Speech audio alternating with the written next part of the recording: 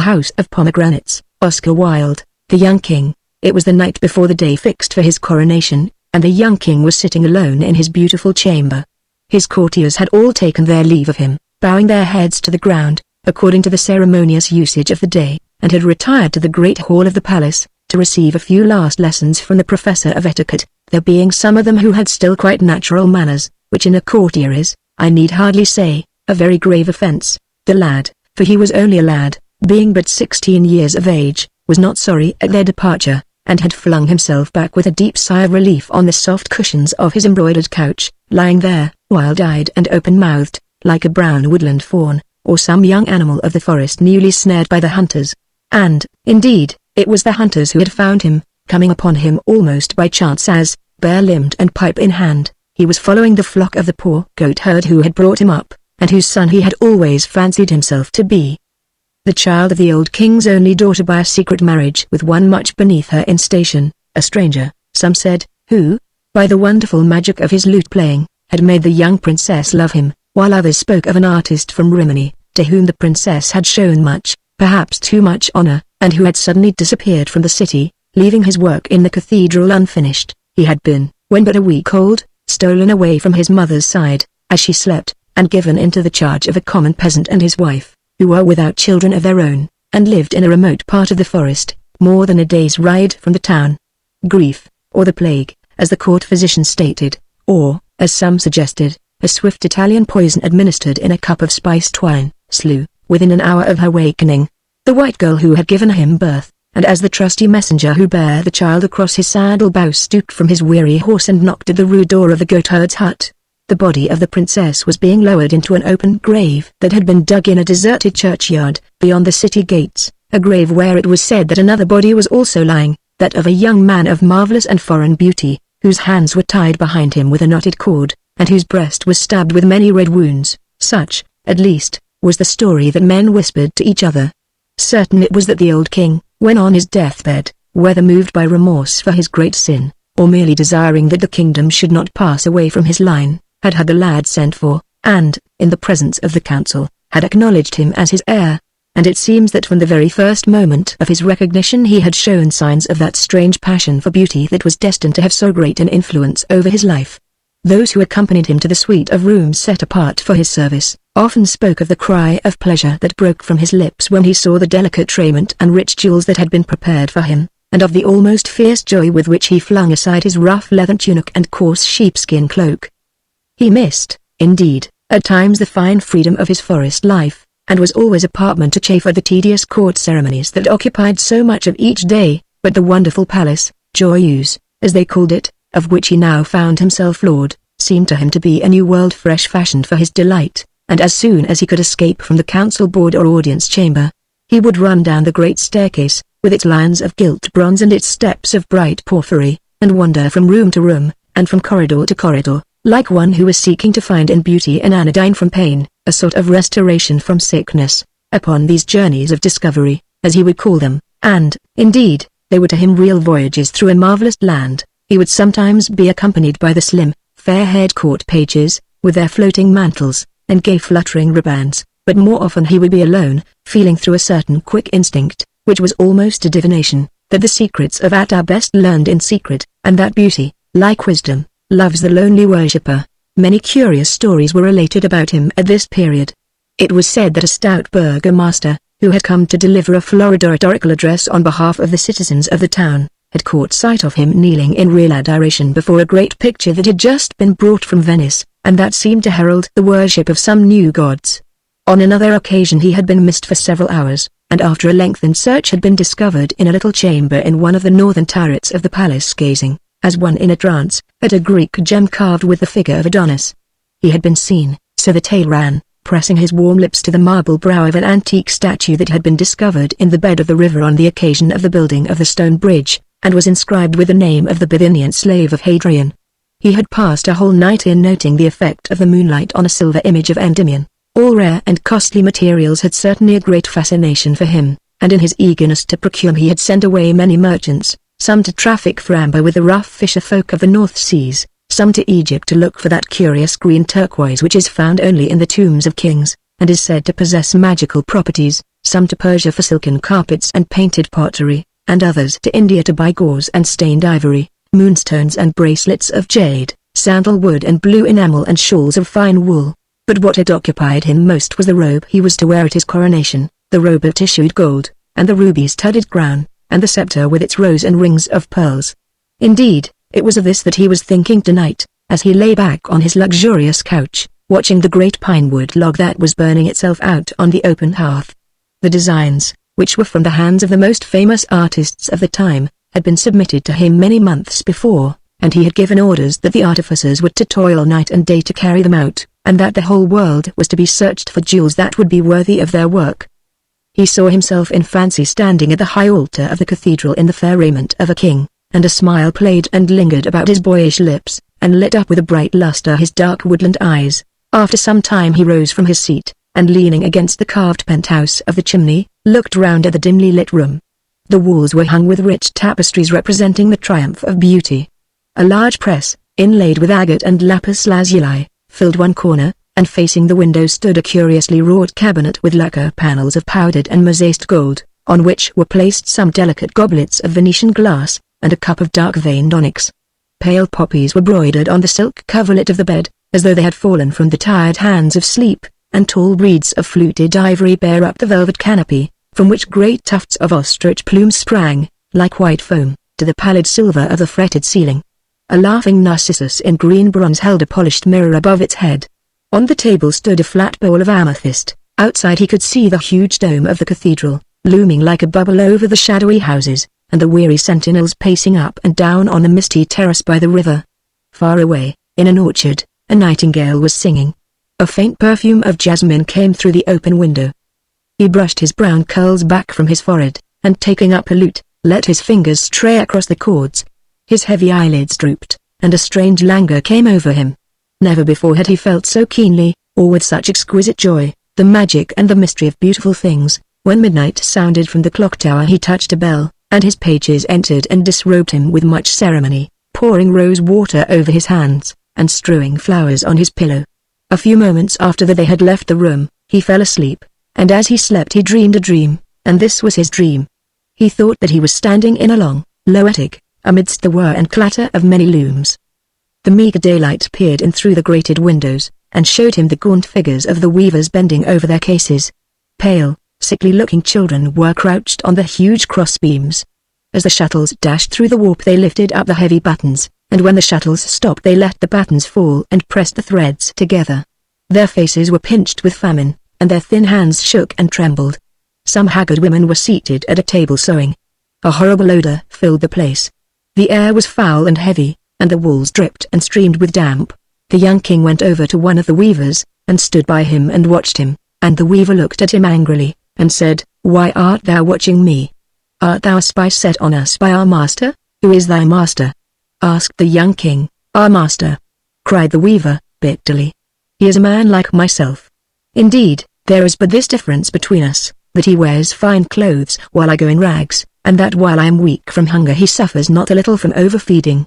"The land is free," said the young king, "and thou art no man's slave." "In war," answered the weaver, "the strong make slaves of the weak, and in peace the rich make slaves of the poor. We must work to live, and they give us such mean wages that we die. We toil for them all day long, and they heap up gold in their coffers, and our children fade away before their time, and the faces of those we love become hard and evil. We tread out the grapes, and another drinks the wine. We sow the corn, and our own board is empty. We have chains, though no eye beholds them, and are slaves, though men call us free. Is it so with all?" he asked.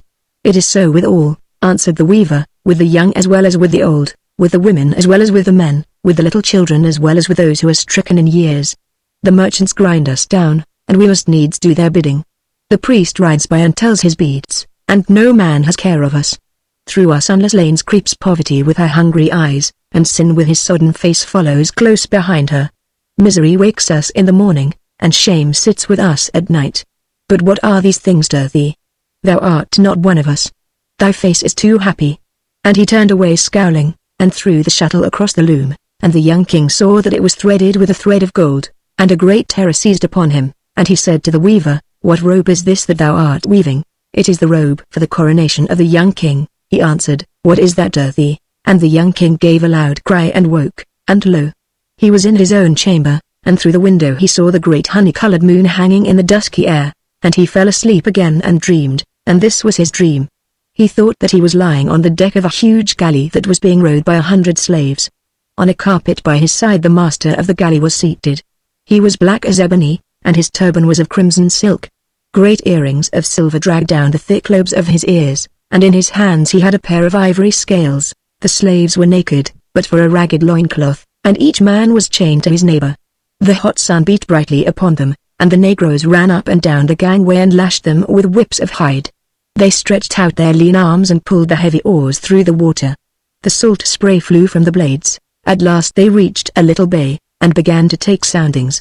A light wind blew from the shore, and covered the deck and the great lateen sail with a fine red dust. 3 Arabs mounted on wild asses rode out and threw spears at them. The master of the galley took a painted bow in his hand and shot one of them in the throat. He fell heavily into the surf, and his companions galloped away. A woman wrapped in a yellow veil followed slowly on a camel, looking back now and then at the dead body. As soon as they had cast anchor and hauled down the sail, the negroes went into the hold and brought up a long rope ladder, heavily weighted with lead. The master of the galley threw it over the side, making the ends fast to 2 iron stanchions. Then the negroes seized the youngest of the slaves and knocked his gyves off, and filled his nostrils and his ears with wax, and tied a big stone round his waist. He crept wearily down the ladder, and disappeared into the sea. A few bubbles rose where he sank. Some of the other slaves peered curiously over the side. At the prow of the galley sat a shark charmer, beating monotonously upon a drum. After some time the diver rose up out of the water, and clung panting to the ladder with a pearl in his right hand. The negroes seized it from him, and thrust him back. The slaves fell asleep over their oars. Again and again he came up, and each time that he did so he brought with him a beautiful pearl. The master of the galley weighed them, and put them into a little bag of green leather. The young king tried to speak, but his tongue seemed to cleave to the roof of his mouth, and his lips refused to move. The negroes chattered to each other, and began to quarrel over a string of bright beads. 2 cranes flew round and round the vessel. Then the diver came up for the last time, and the pearl that he brought with him was fairer than all the pearls of Ormuz, for it was shaped like the full moon, and whiter than the morning star. But his face was strangely pale, and as he fell upon the deck the blood gushed from his ears and nostrils. He quivered for a little, and then he was still. The negroes shrugged their shoulders, and threw the body overboard, and the master of the galley laughed, and, reaching out, he took the pearl, and when he saw it he pressed it to his forehead and bowed. "It shall be," he said, "for the scepter of the young king," and he made a sign to the negroes to draw up the anchor. And when the young king heard this he gave a great cry, and woke, and through the window he saw the long grey fingers of the dawn clutching at the fading stars, and he fell asleep again, and dreamed, and this was his dream. He thought that he was wandering through a dim wood, hung with strange fruits and with beautiful poisonous flowers. The adders hissed at him as he went by, and the bright parrots flew screaming from branch to branch. Huge tortoises lay asleep upon the hot mud. The trees were full of apes and peacocks. On and on he went, till he reached the outskirts of the wood. And there he saw an immense multitude of men toiling in the bed of a dried-up river. They swarmed up the crag like ants. They dug deep pits in the ground and went down into them. Some of them cleft the rocks with great axes, others grabbled in the sand. They tore up the cactus by its roots, and trampled on the scarlet blossoms. They hurried about, calling to each other, and no man was idle. From the darkness of a cavern Death and Avarice watched them, and Death said, "I am weary, give me a third of them and let me go." But Avarice shook her head. "They are my servants," she answered, and Death said to her, "What hast thou in thy hand?" "I have 3 grains of corn," she answered. "What is that to thee?" "Give me one of them," cried Death, "to plant in my garden, only one of them, and I will go away." "I will not give thee anything," said Avarice, and she hid her hand in the fold of her raiment, and Death laughed, and took a cup, and dipped it into a pool of water, and out of the cup rose ague. She passed through the great multitude, and a third of them lay dead. A cold mist followed her, and the water snakes ran by her side. And when Avarice saw that a third of the multitude was dead she beat her breast and wept. She beat her barren bosom, and cried aloud. "Thou hast slain a third of my servants," she cried, "get thee gone. There is war in the mountains of Tartary, and the kings of each side are calling to thee. The Afghans have slain the black ox, and are marching to battle. They have beaten upon their shields with their spears, and have put on their helmets of iron. What is my valley to thee, that thou shouldst tarry in it? Get thee gone, and come here no more. Nay, answered Death, but till thou hast given me a grain of corn I will not go. But Avarice shut her hand, and clenched her teeth. I will not give thee anything, she muttered, and Death laughed, and took up a black stone, and threw it into the forest, and out of a thicket of wild hemlock came Fever in a robe of flame. She passed through the multitude, and touched them, and each man that she touched died. The grass withered beneath her feet as she walked, and Avarice shuddered, and put ashes on her head. Thou art cruel, she cried, thou art cruel. There is famine in the walled cities of India, and the cisterns of Samarkand have run dry. There is famine in the walled cities of Egypt, and the locusts have come up from the desert. The Nile has not overflowed its banks, and the priests have cursed Isis and Osiris.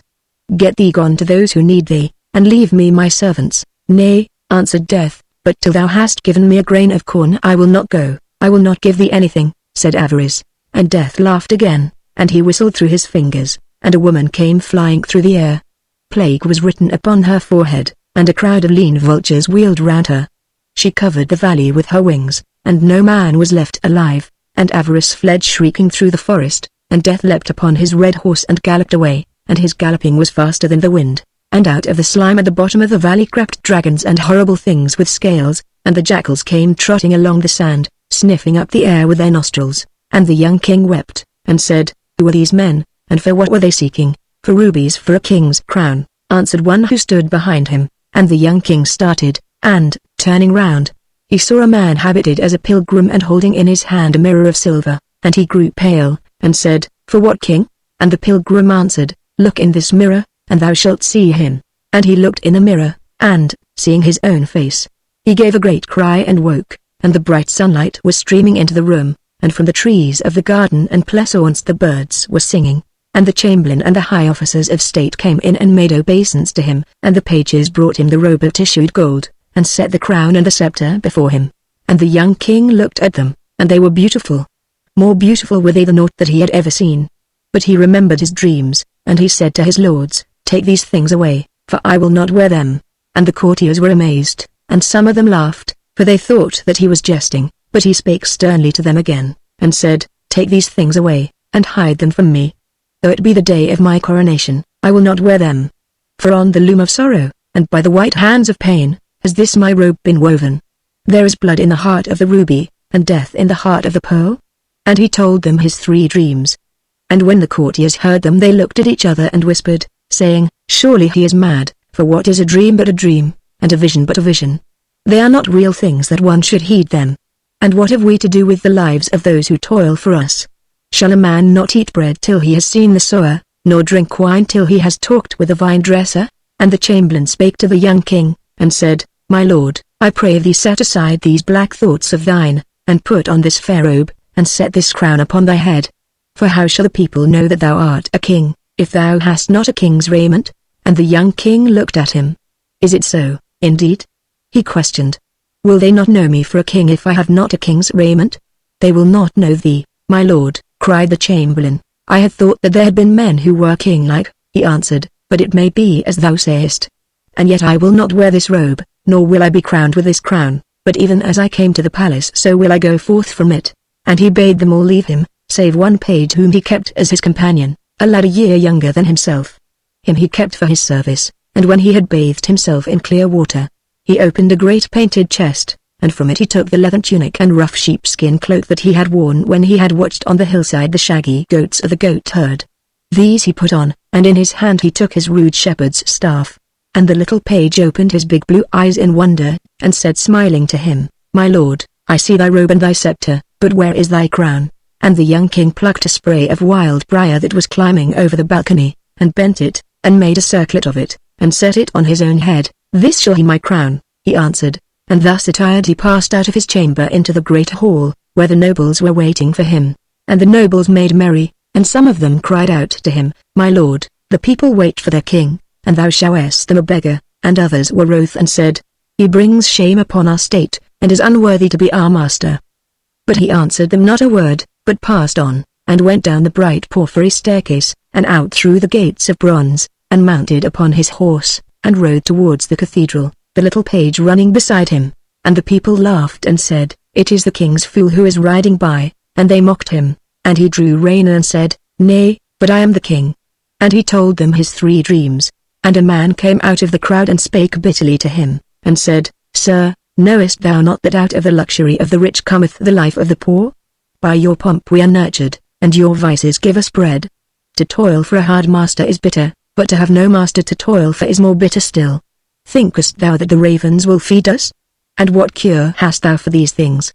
Wilt thou say to the buyer, Thou shalt buy for so much, and to the seller, Thou shalt sell at this price? I trow not. Therefore go back to thy palace and put on thy purple and fine linen.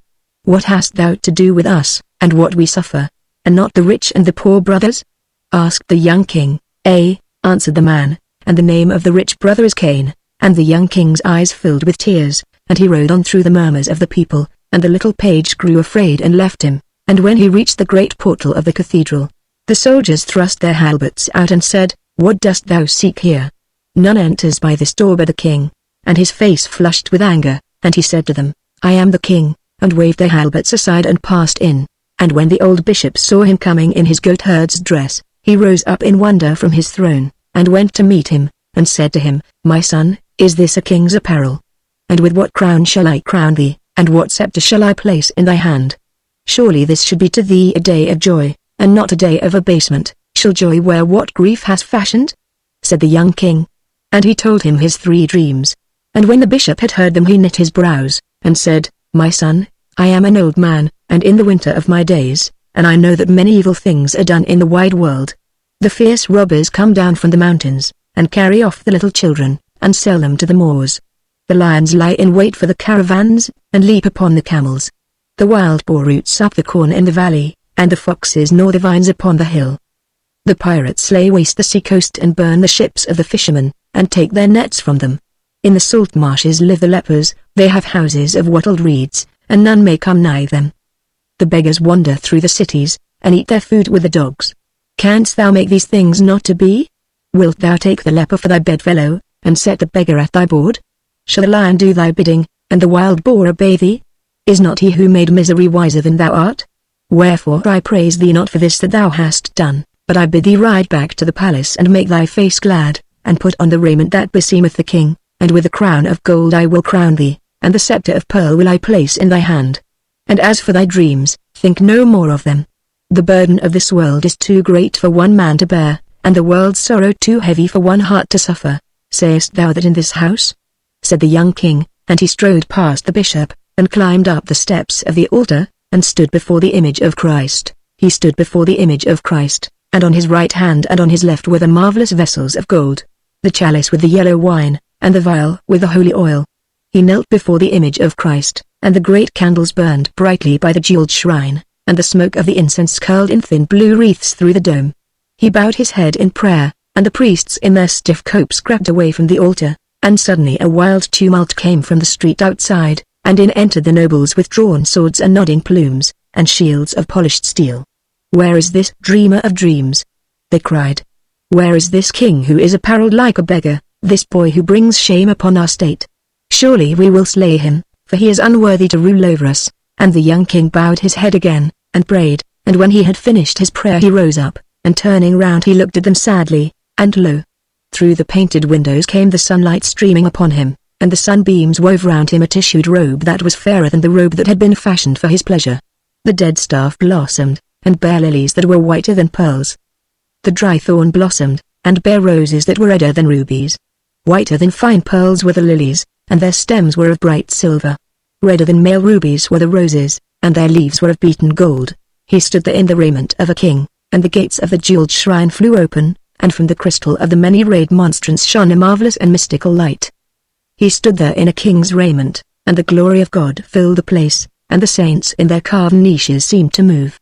In the fair raiment of a king he stood before them, and the organ pealed out its music, and the trumpeters blew upon their trumpets, and the singing boys sang, and the people fell upon their knees in awe, and the nobles sheathed their swords and did homage, and the bishop's face grew pale, and his hands trembled.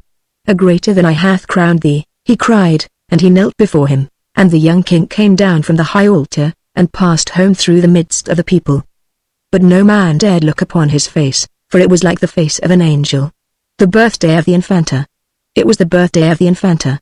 She was just 12 years of age, and the sun was shining brightly in the gardens of the palace. Although she was a real princess and the Infanta of Spain, she had only one birthday every year, just like the children of quite poor people, so it was naturally a matter of great importance to the whole country that she should have a really fine day for the occasion. And a really fine day it certainly was. The tall striped tulips stood straight up upon their stalks, like long rows of soldiers, and looked defiantly across the grass at the roses, and said, "We are quite as splendid as you are now." The purple butterflies fluttered about with gold dust on their wings, visiting each flower in turn. The little lizards crept out of the crevices of the wall, and lay basking in the white glare, and the pomegranates split and cracked with the heat, and showed their bleeding red hearts. Even the pale yellow lemons, that hung in such profusion from the mouldering trellis and along the dim arcades, seemed to have caught a richer color from the wonderful sunlight, and the magnolia trees opened their great globe-like blossoms of folded ivory, and filled the air with a sweet heavy perfume. The little princess herself walked up and down the terrace with her companions, and played at hide-and-seek round the stone vases and the old moss-grown statues. On ordinary days she was only allowed to play with children of her own rank, so she had always to play alone, but her birthday was an exception, and the king had given orders that she was to invite any of her young friends whom she liked to come and amuse themselves with her. There was a stately grace about these slim Spanish children as they glided about, the boys with their large plumed hats and short fluttering cloaks, the girls holding up the trains of their long brocaded gowns, and shielding the sun from their eyes with huge fans of black and silver. But the Infanta was the most graceful of all, and the most tastefully attired, after the somewhat cumbrous fashion of the day. Her robe was of grey satin, the skirt and the wide puffed sleeves heavily embroidered with silver, and the stiff corset studded with rows of fine pearls. 2 tiny slippers with big pink rosettes peeped out beneath her dress as she walked. Pink and pearl was her great gauze fan, and in her hair, which like an aureole of faded gold stood out stiffly round her pale little face, she had a beautiful white rose. From a window in the palace the sad melancholy king watched them. Behind him stood his brother, Don Pedro of Aragon, whom he hated, and his confessor, the Grand Inquisitor of Granada, sat by his side. Sadder even than usual was the king, for as he looked at the Infanta bowing with childish gravity to the assembling counters, or laughing behind her fan at the grim Duchess of Albuquerque who always accompanied her, he thought of the young queen, her mother, who but a short time before, so it seemed to him, had come from the gay country of France, and had withered away in the sombre splendor of the Spanish court, dying just 6 months after the birth of her child, and before she had seen the almonds blossom twice in the orchard, or plucked the second year's fruit from the old gnarled fig tree that stood in the center of the now grass-grown courtyard. So great had been his love for her that he had not suffered even the grave to hide her from him. She had been embalmed by a Moorish physician, who in return for this service had been granted his life, which for heresy and suspicion of magical practices had been already forfeited, men said, to the Holy Office, and her body was still lying on its tapestried bier in the black marble chapel of the palace, just as the monks had borne her in on that windy March day nearly 12 years before. Once every month the king, wrapped in a dark cloak and with a muffled lantern in his hand, went in and knelt by her side calling out, "Mi reina, mi reina," and sometimes breaking through the formal etiquette that in Spain governs every separate action of life, and sets limits even to the sorrow of a king, he would clutch at the pale jeweled hands in a wild agony of grief, and try to wake by his mad kisses the cold painted face. Today he seemed to see her again, as he had seen her first at the castle of Fontainebleau, when he was but 15 years of age, and she still younger. They had been formally betrothed on that occasion by the papal nuncio in the presence of the French king and all the court, and he had returned to the Escurial bearing with him a little ringlet of yellow hair, and the memory of 2 childish lips bending down to kiss his hand as he stepped into his carriage. Later on had followed the marriage, hastily performed at Burgos, a small town on the frontier between the 2 countries, and the grand public entry into Madrid with the customary celebration of High Mass at the Church of La Attica, and a more than usually solemn auto de fe, in which nearly 300 heretics, amongst whom were many Englishmen, had been delivered over to the secular arm to be burned. Certainly he had loved her madly, and to the ruin, many thought, of his country, then at war with England for the possession of the empire of the New World. He had hardly ever permitted her to be out of his sight. For her, he had forgotten, or seemed to have forgotten, all grave affairs of state, and, with that terrible blindness that passion brings upon its servants, he had failed to notice that the elaborate ceremonies by which he sought to please her did but aggravate the strange malady from which she suffered. When she died he was, for a time, like one bereft of reason. Indeed, There is no doubt but that he would have formally abdicated and retired to the great Trappist monastery at Granada, of which he was already titular prior, had he not been afraid to leave the little Infanta at the mercy of his brother, whose cruelty, even in Spain, was notorious, and who was suspected by many of having caused the Queen's death by means of a pair of poisoned gloves that he had presented to her on the occasion of her visiting his castle in Aragon.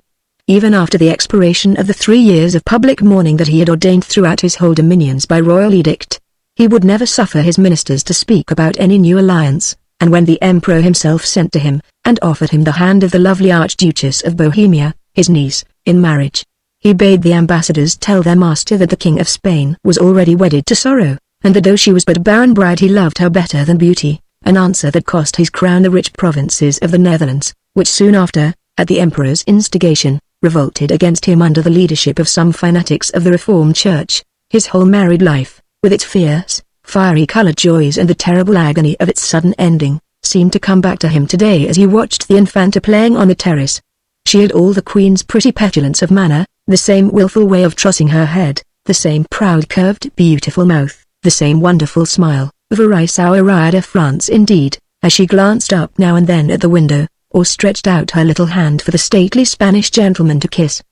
But the shrill laughter of the children grated on his ears, and the bright pitiless sunlight mocked his sorrow, and a dull odor of strange spices such as embalmers use, seemed to taint, or was it fancy, the clear morning air. He buried his face in his hands, and when the Infanta looked up again the curtains had been drawn, and the king had retired. She made a little moue of disappointment, and shrugged her shoulders. Surely he might have stayed with her on her birthday. What did the stupid state affairs matter? Or had he gone to that gloomy chapel, where the candles were always burning, and where she was never allowed to enter? How silly of him, when the sun was shining so brightly, and everybody was so happy. Besides, he would miss the sham bullfight for which the trumpet was already sounding, to say nothing of the puppet show and the other wonderful things. Her uncle and the Grand Inquisitor were much more sensible. They had come out on the terrace, and paid her nice compliments. So she tossed her pretty head, and taking Don Pedro by the hand, she walked slowly down the steps towards a long pavilion of purple silk that had been erected at the end of the garden, the other children following in strict order of precedence, those who had the longest names going first. A procession of noble boys, fantastically dressed as toreadors, came out to meet her, and the young Count of Tierra, a wonderfully handsome lad of about 14 years of age, uncovering his head with all the grace of a born hidalgo and grandee of Spain, led her solemnly into a little gilt and ivory chair that was placed on a raised dais above the arena. The children grouped themselves all round, fluttering their big fans and whispering to each other, and Don Pedro and the Grand Inquisitor stood laughing at the entrance. Even the Duchess, the Camera Mare as she was called, a thin, hard-featured woman with a yellow ruff, did not look quite so bad-tempered as usual, and something like a chill smile flitted across her wrinkled face and twitched her thin bloodless lips. It certainly was a marvelous bullfight, and much nicer, the Infanta thought, than the real bullfight that she had been brought to see at Seville, on the occasion of the visit of the Duke of Parma to her father. Some of the boys pranced about on richly caparisoned hobby horses brandishing long javelins with gay streamers of bright ribands attached to them. Others went on foot waving their scarlet cloaks before the bull, and vaulting lightly over the barrier when he charged them. And as for the bull himself, he was just like a live bull, though he was only made of wickerwork and stretched hide, and sometimes insisted on running round the arena on his hind legs, which no live bull ever dreams of doing. He made a splendid fight of it too, and the children got so excited that they stood up upon the benches, and waved their lace handkerchiefs and cried out, "Bravo Terra! Bravo Terra!" just as sensibly as if they had been grown-up people. At last, however, after a prolonged combat, during which several of the hobby horses were gored through and through, and, their riders dismounted, the young Count of Tierra brought the bull to his knees, and having obtained permission from the Infanta to give the coup de grace, he plunged his wooden sword into the neck of the animal with such violence that the head came right off, and disclosed the laughing face of little Monsieur de Lorraine, the son of the French ambassador at Madrid. The arena was then cleared amidst much applause, and the dead hobby horses dragged solemnly away by two Moorish pages in yellow and black liveries, and after a short interlude, during which a French posture master performed upon the tightrope, some Italian puppets appeared in the semi-classical tragedy of Sophonisba on the stage of a small theatre that had been built up for the purpose. They acted so well, and their gestures were so extremely natural, that at the close of the play the eyes of the Infanta were quite dim with tears. Indeed some of the children really cried, and had to be comforted with sweetmeats, and the Grand Inquisitor himself was so affected that he could not help saying to Don Pedro that it seemed to him intolerable that things made simply out of wood and colored wax, and worked mechanically by wires, should be so unhappy and meet with such terrible misfortunes. An African juggler followed, who brought in a large flat basket covered with a red cloth, and having placed it in the center of the arena, he took from his turban a curious reed pipe, and blew through it. In a few moments the cloth began to move, and as the pipe grew shriller and shriller, 2 green and gold snakes put out their strange wedge-shaped heads and rose slowly up, swaying to and fro with the music as a plant sways in the water. The children, however, were rather frightened at their spotted hoods and quick-darting tongues, and were much more pleased when the juggler made a tiny orange tree grow out of the sand and bear pretty white blossoms and clusters of real fruit, and when he took the fan of the little daughter of the Marquis de las Torres, and changed it into a blue bird that flew all round the pavilion and sang, their delight and amazement knew no bounds. The solemn minuet, too, performed by the dancing boys from the church of Nuestra Señora del Pilar, was charming. The Infanta had never before seen this wonderful ceremony which takes place every year at Maytime in front of the high altar of the Virgin, and in her honor, and indeed none of the royal family of Spain had entered the great cathedral of Saragossa since a mad priest, supposed by many to have been in the pay of Elizabeth of England, had tried to administer a poisoned wafer to the Prince of the Asturias. So she had known only by hearsay of Our Lady's dance, as it was called, and it certainly was a beautiful sight. The boys wore old-fashioned court dresses of white velvet, and their curious 3-cornered hats were fringed with silver and surmounted with huge plumes of ostrich feathers, the dazzling whiteness of their costumes, as they moved about in the sunlight, being still more accentuated by their swarthy faces and long black hair. Everybody was fascinated by the grave dignity with which they moved through the intricate figures of the dance, and by the elaborate grace of their slow gestures, and stately bows, and when they had finished their performance and doffed their great plumed hats to the Infanta, she acknowledged their reverence with much courtesy, and made a vow that she would send a large wax candle to the shrine of Our Lady of Pilar in return for the pleasure that she had given her. A troop of handsome Egyptians, as the gypsies were termed in those days, then advanced into the arena, and sitting down cross-legs, in a circle, began to play softly upon their zithers, moving their bodies to the tune, and humming, almost below their breath, a low dreamy air. When they caught sight of Don Pedro they scowled at him, and some of them looked terrified, for only a few weeks before he had had 2 of their tribe hanged for sorcery in the marketplace at Seville, but the pretty Infanta charmed them as she leaned back peeping over her fan with her great blue eyes, and they felt sure that one so lovely as she was could never be cruel to anybody. So they played on very gently and just touching the cords of the zithers with their long pointed nails, and their heads began to nod as though they were falling asleep. Suddenly, with a cry so shrill that all the children were startled and Don Pedro's hand clutched at the agate pommel of his dagger, they leapt to their feet and whirled madly round the enclosure beating their tambourines, and chanting some wild love song in their strange guttural language. Then at another signal they all flung themselves again to the ground and lay there quite still, the dull strumming of the zithers being the only sound that broke the silence. After that they had done this several times, they disappeared for a moment and came back leading a brown shaggy bear by a chain, and carrying on their shoulders some little Barbary apes.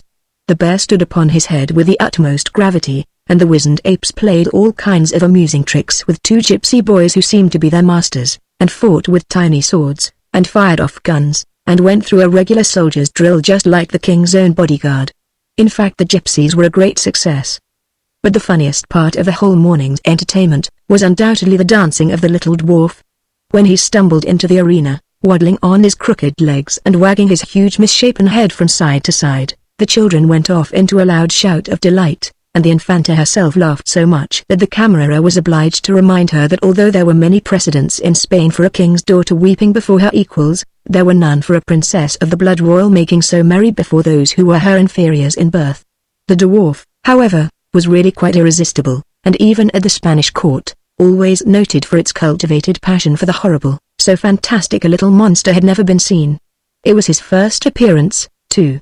He had been discovered only the day before, running wild through the forest, by 2 of the nobles who happened to have been hunting in a remote part of the great corkwood that surrounded the town, and had been carried off by them to the palace as a surprise for the Infanta, his father, who was a port charcoal burner, being but too well pleased to get rid of so ugly and useless a child. Perhaps the most amusing thing about him was his complete unconsciousness of his own grotesque appearance. Indeed he seemed quite happy and full of the highest spirits. When the children laughed, He laughed as freely and as joyously as any of them, and at the close of each dance he made them each the funniest of bows, smiling and nodding at them just as if he was really one of themselves, and not a little misshapen thing that nature, in some humorous mood, had fashioned for others to mock at. As for the Infanta, she absolutely fascinated him.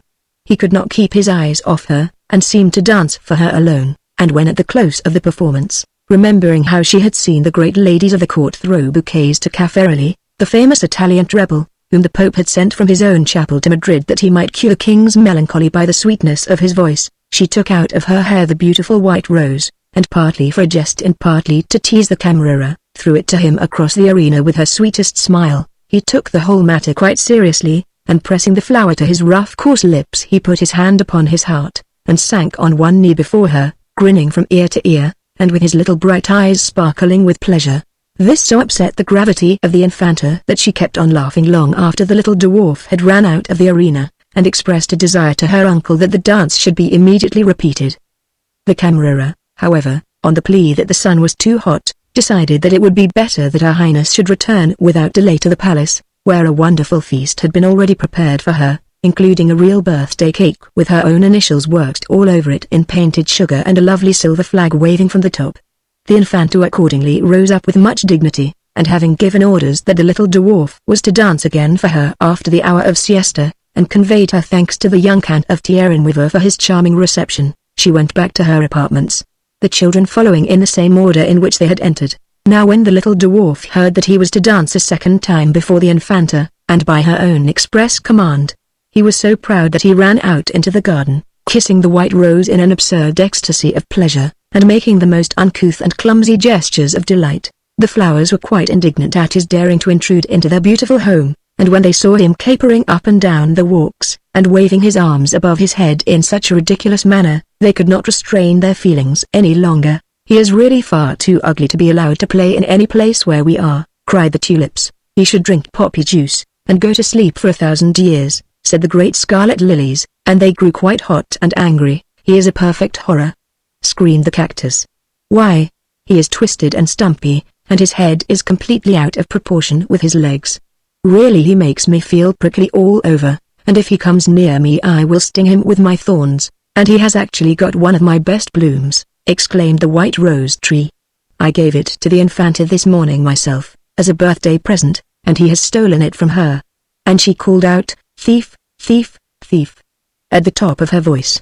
Even the red geraniums, who did not usually give themselves airs, and were known to have a great many poor relations themselves, curled up in disgust when they saw him, and when the violets meekly remarked that though he was certainly extremely plain, still he could not help it, they retorted with a good deal of justice that that was his chief defect, and that there was no reason why one should admire a person because he was incurable, and, indeed, some of the violets themselves felt that the ugliness of the little dwarf was almost ostentatious, and that he would have shown much better taste if he had looked sad, or at least pensive, instead of jumping about merrily, and throwing himself into such grotesque and silly attitudes. As for the old sundial, who was an extremely remarkable individual, and had once told the time of day to no less a person than the Emperor Charles V himself, he was so taken aback by the little dwarf's appearance, that he almost forgot to mark 2 whole minutes with his long shadowy finger, and could not help saying to the great milk-white peacock, who was sunning herself on the balustrade, that everyone knew that the children of kings were kings, and that the children of charcoal burners were charcoal burners, and that it was absurd to pretend that it wasn't so, a statement with which the peacock entirely agreed, and indeed screamed out, "Certainly, certainly," in such a loud, harsh voice, that the goldfish who lived in the basin of the cool splashing fountain put their heads out of the water, and asked the huge stone tritons what on earth was the matter. But somehow the birds liked him.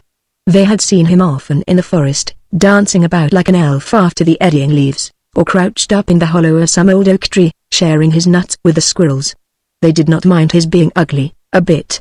Why, even the nightingale herself, who sang so sweetly in the orange groves at night that sometimes the moon leaned down to listen, was not much to look at after all, and, besides, he had been kind to them, and during that terribly bitter winter, when there were no berries on the trees, and the ground was as hard as iron, and the wolves had come down to the very gates of the city to look for food, he had never once forgotten them, but had always given them crumbs out of his little hunch of black bread, and divided with them whatever poor breakfast he had. So they flew round and round him, just touching his cheek with their wings as they passed, and chatted to each other, and the little dwarf was so pleased that he could not help showing them the beautiful white rose, and telling them that the Infanta herself had given it to him because she loved him. They did not understand a single word of what he was saying, but that made no matter, for they put their heads on one side, and looked wise, which is quite as good as understanding a thing, and very much easier. The lizards also took an immense fancy to him, and when he grew tired of running about and flung himself down on the grass to rest, they played and romped all over him, and tried to amuse him in the best way they could. "Everyone cannot be as beautiful as a lizard," they cried, "that would be too much to expect. And, though it sounds absurd to say so, he is really not so ugly after all. Provided, of course, that one shuts one's eyes, and does not look at him." The lizards were extremely philosophical by nature, and often sat thinking for hours and hours together, when there was nothing else to do, or when the weather was too rainy for them to go out. The flowers, however, were excessively annoyed at their behavior, and at the behavior of the birds. "It only shows," they said, "what a vulgarizing effect this incessant rushing and flying about has. Well-bred people always stay exactly in the same place, as we do. No one ever saw us hopping up and down the walks, or galloping madly through the grass after dragonflies. When we do want change of air, we send for the gardener, and he carries us to another bed. This is dignified, and as it should be. But birds and lizards have no sense of repose, and indeed birds have not even a permanent address. They are mere vagrants like the gypsies, and should be treated in exactly the same manner. So they put their noses in the air, and looked very haughty, and were quite delighted when after some time they saw the little dwarf scramble up from the grass, and make his way across the terrace to the palace. He should certainly be kept indoors for the rest of his natural life, they said. Look at his hunched back, and his crooked legs, and they began to titter. But the little dwarf knew nothing of all this. He liked the birds and the lizards immensely, and thought that the flowers were the most marvelous things in the whole world, except of course the Infanta, but then she had given him the beautiful white rose, and she loved him, and that made a great difference. How he wished that he had gone back with her. She would have put him on her right hand, and smiled at him, and he would have never left her side, but would have made her his playmate, and taught her all kinds of delightful tricks. For though he had never been in a palace before, he knew a great many wonderful things. He could make little cages out of rushes for the grasshoppers to sing in, and fashion the long-jointed bamboo into the pipe that Pan loves to hear. He knew the cry of every bird, and could call the starlings from the treetop, or the heron from the mere. He knew the trail of every animal, and could track the hare by its delicate footprints, and the boar by the trampled leaves. All the wild dances he knew, the mad dance in red raiment with the autumn, the light dance in blue sandals over the corn, the dance with white snow wreaths in winter, and the blossom dance through the orchards in spring. He knew where the wood pigeons built their nests, and once when a fowler had snared the parent birds, he had brought up the young ones himself, and had built a little dovecot for them in the cleft of a pollard elm. They were quite tame, and used to feed out of his hands every morning. She would like them, and the rabbits that scurried about in the long fern, and the jays with their steely feathers and black bills, and the hedgehogs that could curl themselves up into prickly balls, and the great wise tortoises that crawled slowly about, shaking their heads and nibbling at the young leaves. Yes, she must certainly come to the forest and play with him. He would give her his own little bed, and would watch outside the window till dawn, to see that the wild horned cattle did not harm her, nor the gaunt wolves creep too near the hut. And at dawn he would tap at the shutters and wake her, and they would go out and dance together all the day long. It was really not a bit lonely in the forest. Sometimes a bishop rode through on his white mule, reading out of a painted book. Sometimes in their green velvet caps, and their jerkins of tanned deerskin, the falconers passed by, with hooded hawks on their wrists. At vintage time came the grape dreaders, with purple hands and feet, wreathed with glossy ivy and carrying dripping skins of wine, and the charcoal burners sat round their huge braziers at night, watching the dry logs charring slowly in the fire, and roasting chestnuts in the ashes, and the robbers came out of their caves and made merry with them. Once, too, he had seen a beautiful procession winding up the long dusty road to Toledo. The monks went in front singing sweetly, and carrying bright banners and crosses of gold, and then, in silver armor, with matchlocks and pikes, came the soldiers, and in their midst walked 3 barefooted men, in strange yellow dresses painted all over with wonderful figures, and carrying lighted candles in their hands. Certainly there was a great deal to look at in the forest, and when she was tired he would find a soft bank of moss for her, or carry her in his arms, for he was very strong, though he knew that he was not tall. He would make her a necklace of red bryony berries, that would be quite as pretty as the white berries that she wore on her dress, and when she was tired of them, she could throw them away, and he would find her others. He would bring her acorn cups and dew-drenched anemones, and tiny glowworms to be stars in the pale gold of her hair. But where was she? He asked the white rose, and it made him no answer. The whole palace seemed asleep, and even where the shutters had not been closed, heavy curtains had been drawn across the windows to keep out the glare. He wandered all round looking for some place through which he might gain an entrance, and at last he caught sight of a little private door that was lying open. He slipped through, and found himself in a splendid hall, far more splendid, he feared, than the forest. There was so much more gilding everywhere, and even the floor was made of great coloured stones, fitted together into a sort of geometrical pattern. But the little Infanta was not there, only some wonderful white statues that looked down on him from their jasper pedestals, with sad blank eyes and strangely smiling lips. At the end of the hall hung a richly embroidered curtain of black velvet, powdered with suns and stars, the king's favourite devices, and broidered on the colour he loved best. Perhaps she was hiding behind that? He would try at any rate, so he stole quietly across, and drew it aside. No, there was only another room, though a prettier room, he thought, than the one he had just left. The walls were hung with a many-figured green arras of needle-wrought tapestry representing a hunt, the work of some Flemish artists who had spent more than 7 years in its composition. It had once been the chamber of Jean le Fou, as he was called, that mad king who was so enamoured of the chase, that he had often tried in his delirium to mount the huge rearing horses, and to drag down the stag on which the great hounds were leaping, sounding his hunting horn, and stabbing with his dagger at the pale flying deer.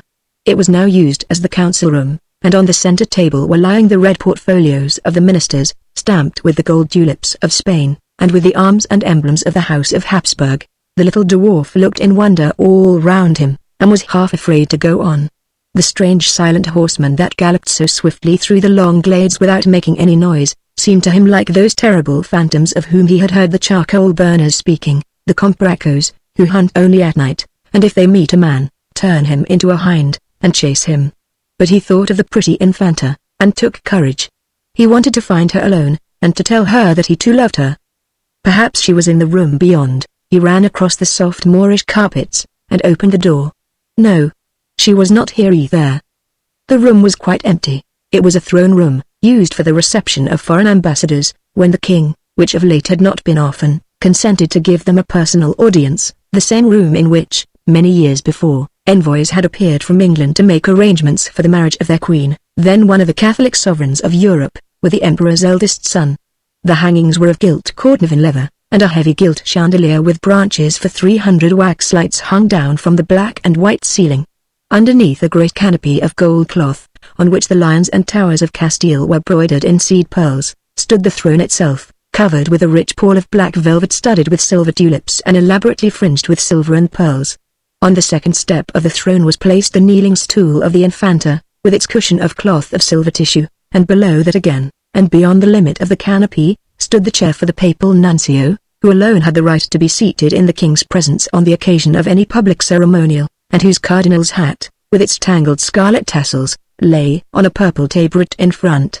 On the wall, facing the throne, hung a life-sized portrait of Charles V. in hunting dress, with a great mastiff by his side, and a picture of Philip II, receiving the homage of the Netherlands, occupied the centre of the other wall. Between the windows stood a black ebony cabinet, inlaid with plates of ivory, on which the figures from Holbein's Dance of Death had been graved, by the hand, some said, of that famous master himself. But the little dwarf cared nothing for all this magnificence. He would not have given his rose for all the pearls on the canopy, nor one white petal of his rose for the throne itself. What he wanted was to see the Infanta before she went down to the pavilion, and to ask her to come away with him when he had finished his dance. Here, in the palace, the air was close and heavy, but in the forest the wind blew free, and the sunlight with wandering hands of gold moved the tremulous leaves aside. There were flowers, too, in the forest, not so splendid, perhaps, as the flowers in the garden, but more sweetly scented for all that, hyacinths in early spring that flooded with waving purple the cool glens, and grassy knolls, yellow primroses that nestled in little clumps round the gnarled roots of the oak trees, bright celandine, and blue speedwell, and irises lilac and gold. There were grey catkins on the hazels, and the foxgloves drooped with the weight of their dappled bee-haunted cells. The chestnut had its spires of white stars, and the hawthorn its pallid moons of beauty. Yes, surely she would come if he could only find her. She would come with him to the fair forest, and all day long he would dance for her delight. A smile lit up his eyes at the thought, and he passed into the next room.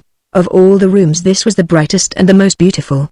The walls were covered with a pink-flowered lacquered damask, patterned with birds and dotted with dainty blossoms of silver. The furniture was of massive silver, festooned with florid wreaths, and swinging cupids. In front of the two large fireplaces stood great screens broidered with parrots and peacocks, and the floor, which was of sea green onyx, seemed to stretch far away into the distance. Nor was he alone. Standing under the shadow of the doorway, at the extreme end of the room, he saw a little figure watching him. His heart trembled, a cry of joy broke from his lips, and he moved out into the sunlight. As he did so, the figure moved out also, and he saw it plainly. The Infanta. It was a monster, the most grotesque monster he had ever beheld. Not properly shaped, as all other people were, but hunchbacked, and crooked-limbed, with huge lolling head and mane of black hair. The little dwarf frowned, and the monster frowned also. He laughed, and it laughed with him, and held its hands to its sides, just as he himself was doing. He made it a mocking bow, and it returned him a low reverence. He went towards it, and it came to meet him, copying each step that he made, and stopping when he stopped himself. He shouted with amusement, and ran forward, and reached out his hand, and the hand of the monster touched his, and it was as cold as ice. He grew afraid, and moved his hand across, and the monster's hand followed it quickly. He tried to press on, but something smooth and hard stopped him. The face of the monster was now close to his own, and seemed full of terror. He brushed his hair off his eyes. It imitated him. He struck at it, and it returned blow for blow. He loathed it, and it made hideous faces at him.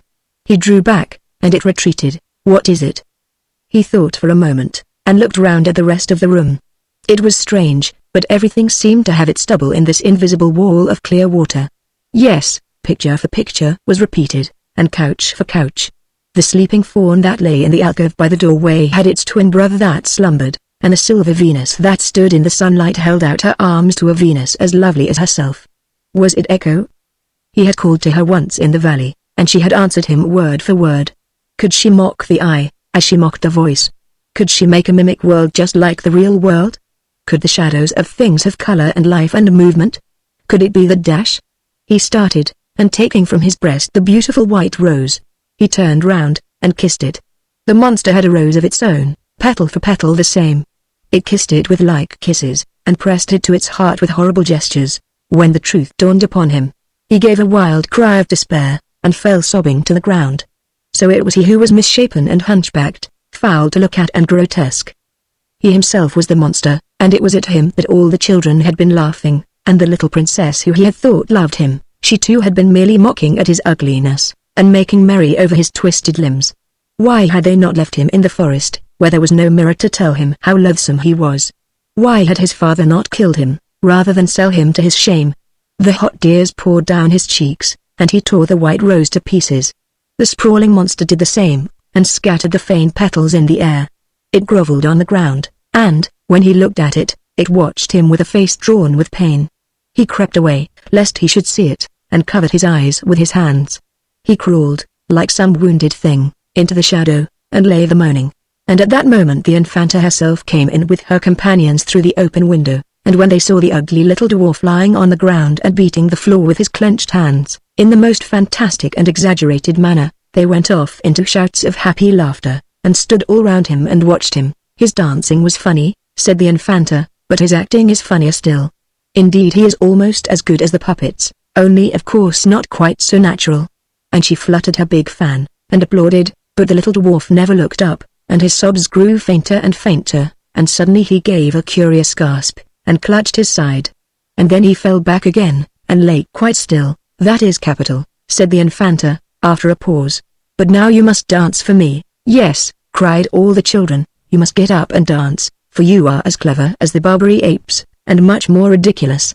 But the little dwarf made no answer, and the Infanta stamped her foot, and called out to her uncle, who was walking on the terrace with the chamberlain, reading some dispatches that had just arrived from Mexico, where the Holy Office had recently been established. My funny little dwarf is sulking, she cried, you must wake him up, and tell him to dance for me. They smiled at each other, and sauntered in, and Don Pedro stooped down, and slapped the dwarf on the cheek with his embroidered glove. "You must dance," he said, "petit monsieur. You must dance." The Infanta of Spain and the Indies wishes to be amused, but the little dwarf never moved. "A whipping master should be sent for," said Don Pedro wearily, and he went back to the terrace. But the chamberlain looked grave, and he knelt beside the little dwarf, and put his hand upon his heart. And after a few moments he shrugged his shoulders, and rose up, and having made a low bow to the Infanta, he said, "Mi bella princesa, your funny little dwarf will never dance again. It is a pity, for he is so ugly that he might have made the king smile, but why will he not dance again?" asked the Infanta, laughing. "Because his heart is broken," answered the chamberlain, and the Infanta frowned, and her dainty rose-leaf lips curled in pretty disdain.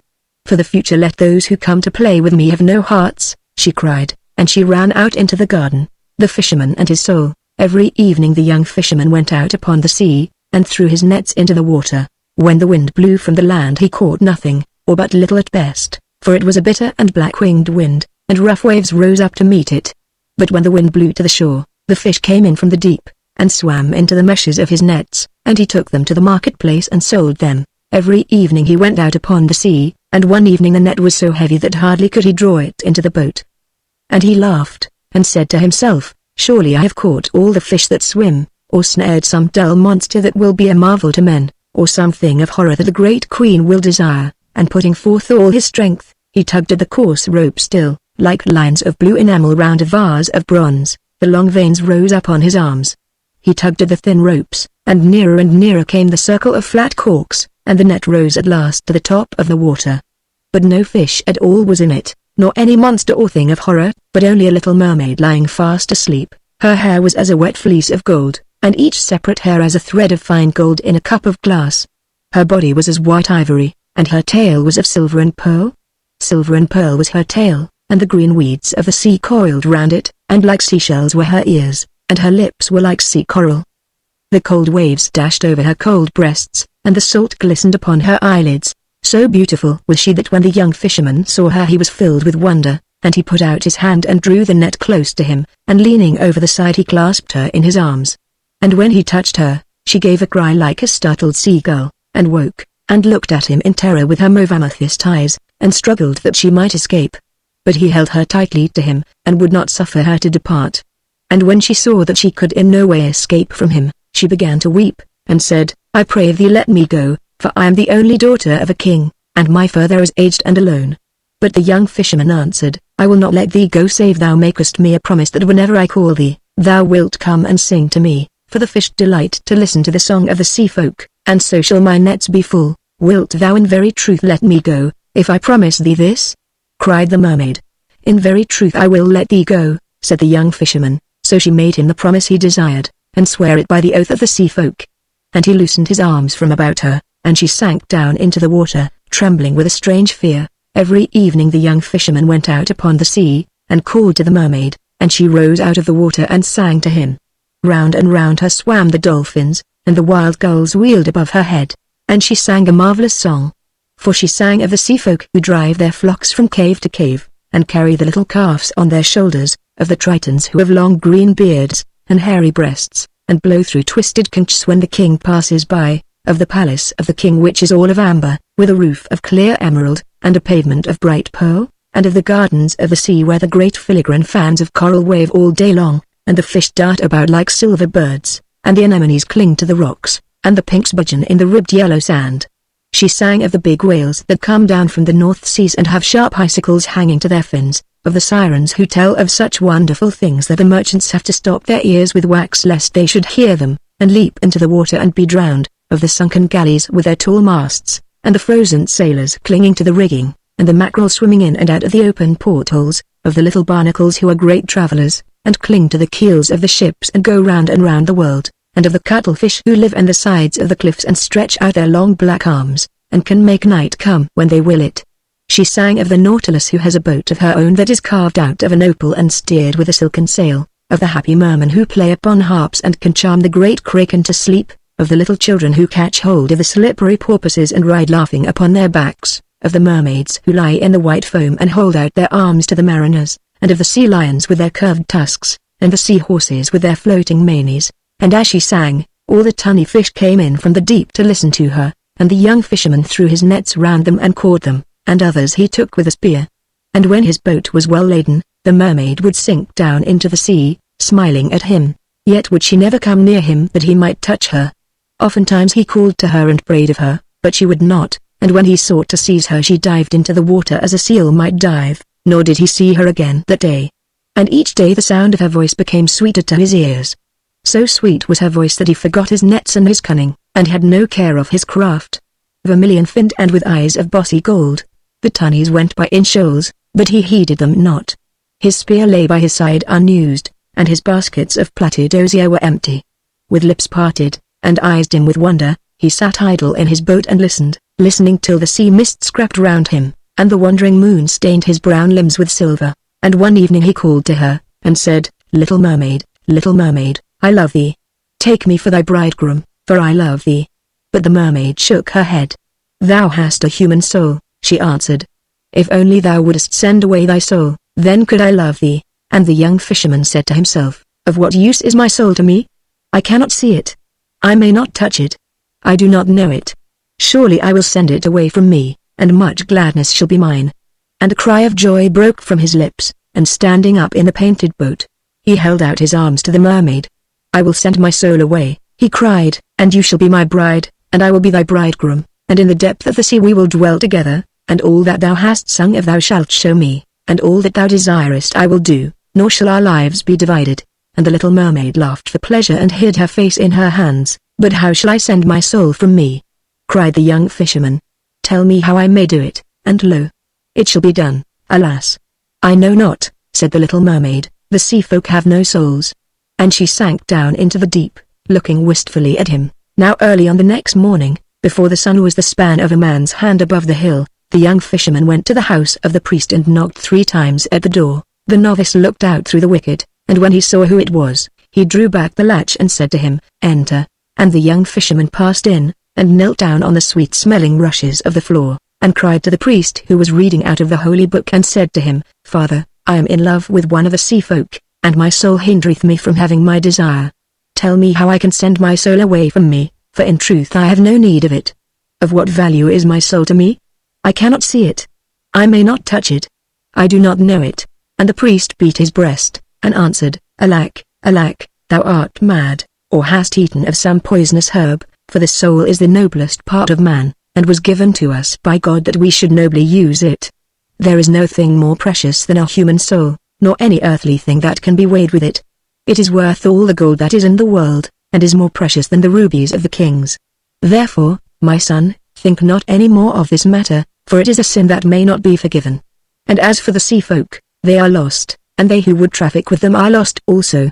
They are as the beasts of the field that know not good from evil, and for them the Lord has not died. The young fisherman's eyes filled with tears when he heard the bitter words of the priest. And he rose up from his knees and said to him, Father, the fawns live in the forest and are glad, and on the rocks sit the mermen with their harps of red gold. Let me be as they are, I beseech thee, for their days are as the days of flowers. And as for my soul, what doth my soul profit me, if it stand between me and the thing that I love? The love of the body is vile, cried the priest, knitting his brows, and vile and evil are the pagan things God suffers to wander through his world. Accursed be the fawns of the woodland, and accursed be the singers of the sea. I have heard them at night time, and they have sought to lure me from my beads. They tap at the window, and laugh. They whisper into my ears the tale of their perilous joys. They tempt me with temptations, and when I would pray they make mouths at me. They are lost, I tell thee, they are lost. For them there is no heaven nor hell, and in neither shall they praise God's name. Father, cried the young fisherman, thou knowest not what thou sayest. Once in my net I snared the daughter of a king. She is fairer than the morning star, and whiter than the moon. For her body I would give my soul, and for her love I would surrender heaven. Tell me what I ask of thee, and let me go in peace. Away, away, cried the priest, thy leman is lost, and thou shalt be lost with her. And he gave him no blessing, but drove him from his door. And the young fisherman went down into the marketplace, and he walked slowly, and with bowed head, as one who is in sorrow. And when the merchants saw him coming, they began to whisper to each other, and one of them came forth to meet him, and called him by name, and said to him, What hast thou to sell? I will sell thee my soul. he answered. "I pray thee buy it of me, for I am weary of it. Of what use is my soul to me? I cannot see it. I may not touch it. I do not know it." But the merchants mocked at him, and said, "Of what use is a man's soul to us? It is not worth a clipped piece of silver. Sell us thy body for a slave, and we will clothe thee in sea purple, and put a ring upon thy finger, and make thee the minion of the great queen. But talk not of the soul, for to us it is naught, nor has it any value for our service." And the young fisherman said to himself, "How strange a thing this is! The priest telleth me that the soul is worth all the gold in the world, and the merchants say that it is not worth a clipped piece of silver." And he passed out of the marketplace, and went down to the shore of the sea, and began to ponder on what he should do. And at noon he remembered how one of his companions, who was a gatherer of samphire, had told him of a certain young witch who dwelt in a cave at the head of the bay and was very cunning in her witcheries. And he set to and ran, so eager was he to get rid of his soul, and a cloud of dust followed him as he sped round the sand of the shore. By the itching of her palm the young witch knew his coming, and she laughed and let down her red hair. With her red hair falling around her, she stood at the opening of the cave, and in her hand she had a spray of wild hemlock that was blossoming. "What d'ye lack? What d'ye lack?" she cried, as he came panting up the steep, and bent down before her. "Fish for thy net, when the wind is foul. I have a little reed pipe, and when I blow on it the mullet comes sailing into the bay. But it has a price, pretty boy, it has a price. What d'ye lack? What d'ye lack? A storm to wreck the ships, and wash the chests of rich treasure ashore? I have more storms than the wind has, for I serve one who is stronger than the wind, and with a sieve and a pail of water I can send the great galleys to the bottom of the sea. But I have a price, pretty boy, I have a price. What d'ye lack? What d'ye lack? I know a flower that grows in the valley, none knows it but I. It has purple leaves, and a star in its heart, and its juice is as white as milk. Shouldst thou touch with this flower the hard lips of the queen, she would follow thee all over the world. Out of the bed of the king she would rise, and over the whole world she would follow thee. And it has a price, pretty boy, it has a price. What d'ye lack? What d'ye lack? I can pound a toad in a mortar, and make broth of it, and stir the broth with a dead man's hand. Sprinkle it on thine enemy while he sleeps, and he will turn into a black viper, and his own mother will slay him. With a wheel I can draw the moon from heaven, and in a crystal I can show thee death. What d'ye lack? What d'ye lack? Tell me thy desire, and I will give it thee, and thou shalt pay me a price, pretty boy, thou shalt pay me a price. My desire is but for a little thing, said the young fisherman, yet hath the priest been wroth with me, and driven me forth. It is but for a little thing, and the merchants have mocked at me, and denied me. Therefore am I come to thee, though men call thee evil, and whatever be thy price I shall pay it. What wouldst thou? Asked the witch, coming near to him. I would send my soul away from me, answered the young fisherman. The witch grew pale, and shuddered, and hid her face in her blue mantle. Pretty boy, she muttered, that is a terrible thing to do. He trussed his brown curls and laughed. My soul is naught to me, he answered. I cannot see it. I may not touch it. I do not know it. What wilt thou give me if I tell thee? Asked the witch, looking down at him with her beautiful eyes. 5 pieces of gold, he said, and my nets, and the wattled house where I live, and the painted boat in which I sail. Only tell me how to get rid of my soul, and I will give thee all that I possess. She laughed mockingly at him, and struck him with a spray of hemlock. I can turn the autumn leaves into gold, she answered, and I can weave the pale moonbeams into silver if I will it. He whom I serve is richer than all the kings of this world, and has their dominions. What then shall I give thee? He cried, if thy price be neither gold nor silver. The witch stroked his hair with her thin white hand. Thou must dance with me, pretty boy, she murmured, and she smiled at him as she spoke. Naught but that? Cried the young fisherman in wonder, and he rose to his feet. Naught but that, she answered, and she smiled at him again. Then at sunset in some secret place we shall dance together, he said, and after that we have danced thou shalt tell me the thing which I desire to know. She shook her head. When the moon is full, when the moon is full, she muttered. Then she peered all round, and listened.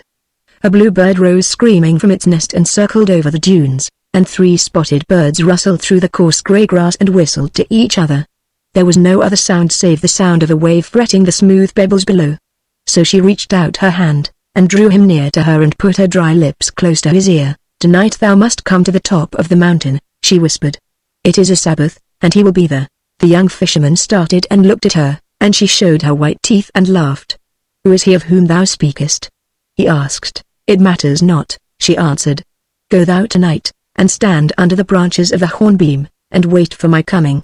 If a black dog run towards thee, strike it with a rod of willow, and it will go away. If an owl speak to thee, make it no answer. When the moon is full I shall be with thee, and we will dance together on the grass. But wilt thou swear to me to tell me how I may send my soul from me?" He made question. She moved out into the sunlight, and through her red hair rippled the wind. "By the hoofs of the goat I swear it," she made answer. "Thou art the best of the witches," cried the young fisherman, "and I will surely dance with thee tonight on the top of the mountain.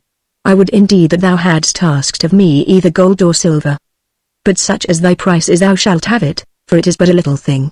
And he doffed his cap to her, and bent his head low, and ran back to the town filled with a great joy, and the witch watched him as he went, and when he had passed from her sight she entered her cave, and having taken a mirror from a box of carved cedar wood, she set it up on a frame, and burned vervain on lighted charcoal before it, and peered through the coils of the smoke. And after a time she clenched her hands in anger. "He should have been mine," she muttered, "I am as fair as she is." And that evening, when the moon had risen, the young fisherman climbed up to the top of the mountain, and stood under the branches of the hornbeam. Like a targe of polished metal the round sea lay at his feet, and the shadows of the fishing boats moved in the little bay. A great owl, with yellow sulphurous eyes, called to him by his name, but he made it no answer. A black dog ran towards him and snarled. He struck it with a rod of willow, and it went away whining. At midnight the witches came flying through the air like bats. "Phew!" they cried, as they lit upon the ground, "there is someone here we know not." And they sniffed about, and chatted to each other, and made signs. Last of all came the young witch, with her red hair streaming in the wind. She wore a dress of gold tissue embroidered with peacock's eyes, and a little cap of green velvet was on her head. "Where is he? Where is he?" shrieked the witches when they saw her, but she only laughed, and ran to the hornbeam, and taking the fisherman by the hand she led him out into the moonlight and began to dance. Round and round they whirled, and the young witch jumped so high that he could see the scarlet heels of her shoes. Then right across the dancers came the sound of the galloping of a horse. But no horse was to be seen, and he felt afraid. "Faster!" cried the witch, and she threw her arms about his neck, and her breath was hot upon his face. "Faster, faster!" she cried, and the earth seemed to spin beneath his feet, and his brain grew troubled, and a great terror fell on him, as of some evil thing that was watching him, and at last he became aware that under the shadow of a rock there was a figure that had not been there before. It was a man dressed in a suit of black velvet, cut in the Spanish fashion. His face was strangely pale, but his lips were like a proud red flower. He seemed weary, and was leaning back toying in a listless manner with the pommel of his dagger. On the grass beside him lay a plumed hat, and a pair of riding gloves gauntleted with gilt lace, and sewn with seed pearls wrought into a curious device. A short cloak lined with sables hung from his shoulder, and his delicate white hands were gemmed with rings. Heavy eyelids drooped over his eyes. The young fisherman watched him, as one snared in a spell. At last their eyes met, and wherever he danced it seemed to him that the eyes of the man were upon him. He heard the witch laugh, and caught her by the waist, and whirled her madly round and round. Suddenly a dog bayed in the wood, and the dancers stopped, and going up 2 by 2, knelt down, and kissed the man's hands. As they did so, a little smile touched his proud lips, as a bird's wing touches the water and makes it laugh. But there was disdain in it. He kept looking at the young fisherman. "Come, let us worship," whispered the witch, and she led him up, and a great desire to do as she besought him seized on him, and he followed her. But when he came close, and without knowing why he did it, he made on his breast the sign of the cross, and called upon the holy name. No sooner had he done so than the witches screamed like hawks and flew away, and the pallid face that had been watching him twitched with a spasm of pain. The man went over to a little wood, and whistled. A jennet with silver trappings came running to meet him. As he leapt upon the saddle he turned round, and looked at the young fisherman sadly, and the witch with the red hair tried to fly away also, but the fisherman caught her by the wrists, and held her fast. "Loose me," she cried, "and let me go. For thou hast named what should not be named, and shown the sign that may not be looked at." "Nay," he answered, "but I will not let thee go till thou hast told me the secret." "What secret?" said the witch, wrestling with him like a wild cat, and biting her foam-flecked lips. "Thou knowest," he made answer. Her grass-green eyes grew dim with tears, and she said to the fisherman, "Ask me anything but that." He laughed, and held her all the more tightly. And when she saw that she could not free herself, she whispered to him, "Surely I am as fair as the daughters of the sea, and as comely as those that dwell in the blue waters," and she fawned on him and put her face close to his, But he thrust her back frowning, and said to her, "If thou keepest not the promise that thou madest to me, I will slay thee for a false witch." She grew grey as a blossom of the Judas tree, and shuddered. "Be it so," she muttered. "It is thy soul and not mine. Do with it as thou wilt." And she took from her girdle a little knife that had a handle of green viper's skin, and gave it to him. "What shall this serve me?" he asked of her, wondering. She was silent for a few moments, and a look of terror came over her face. Then she brushed her hair back from her forehead, and smiling strangely she said to him, "What men call the shadow of the body is not the shadow of the body, but is the body of the soul. Stand on the seashore with thy back to the moon, and cut away from around thy feet thy shadow, which is thy soul's body, and bid thy soul leave thee, and it will do so." The young fisherman trembled. "Is this true?" he murmured. "It is true, and I would that I had not told thee of it," she cried, and she clung to his knees weeping. He put her from him and left her in the rank grass, and going to the edge of the mountain he placed the knife in his belt and began to climb down, and his soul that was within him called out to him and said, "Lo, I have dwelt with thee for all these years, and have been thy servant.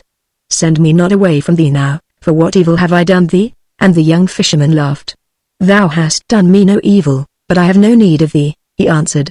"The world is wide, and there is heaven also, and hell, and that dim twilight house that lies between. Go wherever thou wilt, but trouble me not, for my love is calling to me." And his soul besought him piteously, but he heeded it not, but leapt from crag to crag, being sure-footed as a wild goat, and at last he reached the level ground and the yellow shore of the sea.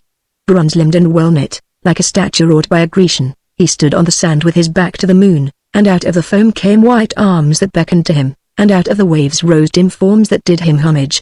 Before him lay his shadow, which was the body of his soul, and behind him hung the moon in the honey-colored air, and his soul said to him, "If indeed thou must drive me from thee, send me not forth without a heart. The world is cruel, give me thy heart to take with me." He tossed his head and smiled. "With what should I love my love if I gave thee my heart?" he cried. "Nay, but be merciful," said his soul, "give me thy heart, for the world is very cruel, and I am afraid. "My heart is my love's," he answered, "therefore tarry not, but get thee gone." "Should I not love also?" asked his soul. "Get thee gone, for I have no need of thee," cried the young fisherman, and he took the little knife with its handle of green viper's skin, and cut away his shadow from around his feet, and it rose up and stood before him, and looked at him, and it was even as himself. He crept back, and thrust the knife into his belt, and a feeling of awe came over him. "Get thee gone," he murmured, "and let me see thy face no more." "Nay, but we must meet again," said the soul. Its voice was low and flute-like, and its lips hardly moved while it spake. "How shall we meet?" cried the young fisherman. "Thou wilt not follow me into the depths of the sea? Once every year one will come to this place, and call to thee," said the soul. "It may be that thou wilt have need of me." "What need should I have of thee?" cried the young fisherman, "but be it as thou wilt," and he plunged into the waters and the tritons blew their horns and the little mermaid rose up to meet him, and put her arms around his neck and kissed him on the mouth, and the soul stood on the lonely beach and watched them. And when they had sunk down into the sea, it went weeping away over the marshes, and after a year was over the soul came down to the shore of the sea and called to the young fisherman, and he rose out of the deep, and said, "Why dost thou call to me?" And the soul answered, "Come nearer, that I may speak with thee, for I have seen marvelous things." So he came nearer, and couched in the shallow water, and leaned his head upon his hand and listened. And the soul said to him, "When I left thee I turned my face to the east and journeyed. From the east cometh everything that is wise. 6 days I journeyed, and on the morning of the 7th day I came to a hill that is in the country of the Tartars. I sat down under the shade of a tamarisk tree to shelter myself from the sun. The land was dry and burned up with the heat. The people went to and fro over the plain like flies crawling upon a disk of polished copper. When it was noon a cloud of red dust rose up from the flat rim of the land. When the Tartars saw it, they strung their painted bows, and having leapt upon their little horses they galloped to meet it. The women fled screaming to the wagons, and hid themselves behind the felt curtains. At twilight the Tartars returned, but 5 of them were missing, and of those that came back not a few had been wounded. They harnessed their horses to the wagons and drove hastily away. 3 jackals came out of a cave and peered after them. Then they sniffed up the air with their nostrils, and trotted off in the opposite direction. When the moon rose I saw a campfire burning on the plain, and went towards it. A company of merchants was seated round it on carpets. Their camels were picketed behind them, and the negroes who were their servants were pitching tents of tanned skin upon the sand, and making a high wall of the prickly pear. As I came near them, The chief of the merchants rose up and drew his sword, and asked me my business. I answered that I was a prince in my own land, and that I had escaped from the Tartars, who had sought to make me their slave. The chief smiled, and showed me 5 heads fixed upon long reeds of bamboo. Then he asked me who was the prophet of God, and I answered him Muhammad. When he heard the name of the false prophet, he bowed and took me by the hand, and placed me by his side. A negro brought me some mare's milk in a wooden dish, and a piece of lamb's flesh roasted. At daybreak we started on our journey. I rode on a red-haired camel by the side of the chief, and a runner ran before us carrying a spear. The men of war were on either hand, and the mules followed with the merchandise. There were 40 camels in the caravan, and the mules were twice 40 in number. We went from the country of the Tartars into the country of those who curse the moon. We saw the griffins guarding their gold on the white rocks, and the scaled dragons sleeping in their caves. As we passed over the mountains we held our breath lest the snows might fall on us, and each man tied a veil of gauze before his eyes. As we passed through the valleys the pygmies shot arrows at us from the hollows of the trees, and at night time we heard the wild men beating on their drums. When we came to the Tower of Apes we set fruits before them, and they did not harm us. When we came to the Tower of Serpents we gave them warm milk in howls of brass, and they let us go by. 3 times in our journey we came to the banks of the Oxus. We crossed it on rafts of wood with great bladders of blown hide. The river horses raged against us and sought to slay us. When the camels saw them they trembled. The kings of each city levied tolls on us, but would not suffer us to enter their gates. They threw us bread over the walls, little maize cakes baked in honey and cakes of fine flour filled with dates. For every 100 baskets we gave them a bead of amber. When the dwellers in the villages saw us coming, they poisoned the wells and fled to the hill summits. We fought with the Magadi who are born old, and grow younger and younger every year, and die when they are little children, and with the Latro who say that they are the sons of tigers, and paint themselves yellow and black, and with the Orans who bury their dead on the tops of trees, and themselves live in dark caverns lest the sun, who is their god, should slay them, and with the Crimneans who worship a crocodile, and give it earrings of green glass, and feed it with butter and fresh fowls, and with the Agazanbi, who are dog-faced, and with the Sibans, who have horses' feet, and run more swiftly than horses. A third of our company died in battle, and a third died of want. The rest murmured against me, and said that I had brought them an evil fortune. I took a horned adder from beneath a stone and let it sting me. When they saw that I did not sicken they grew afraid. In the 4th month we reached the city of Wilde. It was night time when he came to the grove that is outside the walls, and the air was sultry, for the moon was traveling in Scorpion. We took the ripe pomegranates from the trees, and brake them, and drank their sweet juices. Then we lay down on our carpets, and waited for the dawn, and at dawn we rose and knocked at the gate of the city. It was wrought out of red bronze, and carved with sea dragons and dragons that have wings. The guards looked down from the battlements and asked us our business. The interpreter of the caravan answered that we had come from the island of Syria with much merchandise. They took hostages, and told us that they would open the gate to us at noon, and bade us tarry till then. When it was noon they opened the gate, and as we entered in the people came crowding out of the houses to look at us, and a cry went round the city crying through a shell. We stood in the marketplace, and the negroes uncorded the bales of figured cloths and opened the carved chests of sycamore. And when they had ended their task, the merchants set forth their strange wares, the waxed linen from Egypt and the painted linen from the country of the Ethiops, the purple sponges from Tyre and the blue hangings from Sidon, the cups of cold amber and the fine vessels of glass and the curious vessels of burnt clay. From the roof of a house a company of women watched us. One of them wore a mask of gilded leather, and on the 1st day the priests came and bartered with us, and on the 2nd day came the nobles, and on the 3rd day came the craftsmen and the slaves. And this is their custom with all merchants as long as they tarry in a city. And we tarried for a moon, and when the moon was waning, I wearied and wandered away through the streets of the city and came to the garden of its god. The priests in their yellow robes moved silently through the green trees, and on a pavement of black marble stood the rose-red house in which the god had his dwelling. Its doors were of powdered lacquer, and bulls and peacocks were wrought on them in raised and polished gold. The tilted roof was of sea-green porcelain, and the jutting eaves were festooned with little bells. When the white doves flew past, they struck the bells with their wings and made them tinkle. In front of the temple was a pool of clear water paved with veined onyx. I lay down beside it, and with my pale fingers I touched the broad leaves. One of the priests came towards me and stood behind me. He had sandals on his feet, one of soft serpent skin and the other of bird's plumage. On his head was a mitre of black felt decorated with silver crescents. 7 yellows were woven into his robe, and his frizzed hair was stained with antimony. After a little while he spake to me, and asked me my desire. I told him that my desire was to see the god. The god is hunting, said the priest, looking strangely at me with his small slanting eyes. Tell me in what forest, and I will ride with him, I answered. He combed out the soft fringes of his tunic with his long pointed nails. The god is asleep, he murmured. Tell me on what couch, and I will watch by him, I answered. The god is at the feast, he cried. If the wine be sweet I will drink it with him, and if it be bitter I will drink it with him also, was my answer. He bowed his head in wonder, and, taking me by the hand, he raised me up, and led me into the temple. And in the first chamber I saw an idol seated on a throne of jasper bordered with great orient pearls. It was carved out of ebony, and in stature was of the stature of a man. On its forehead was a ruby, and thick oil dripped from its hair onto its thighs. Its feet were red with the blood of a newly slain kid, and its loins girt with a copper belt that was studded with 7 beryls. And I said to the priest, Is this the god? And he answered me, This is the god. Show me the god, I cried, or I will surely slay thee. And I touched his hand, and it became withered. And the priest besought me, saying, Let my lord heal his servant, and I will show him the god. So I breathed with my breath upon his hand, and it became whole again, and he trembled and led me into the second chamber, and I saw an idol standing on a lotus of jade hung with great emeralds. It was carved out of ivory, and in stature was twice the stature of a man. On its forehead was a chrysolite, and its breasts were smeared with myrrh and cinnamon. In one hand it held a crooked scepter of jade, and in the other a round crystal.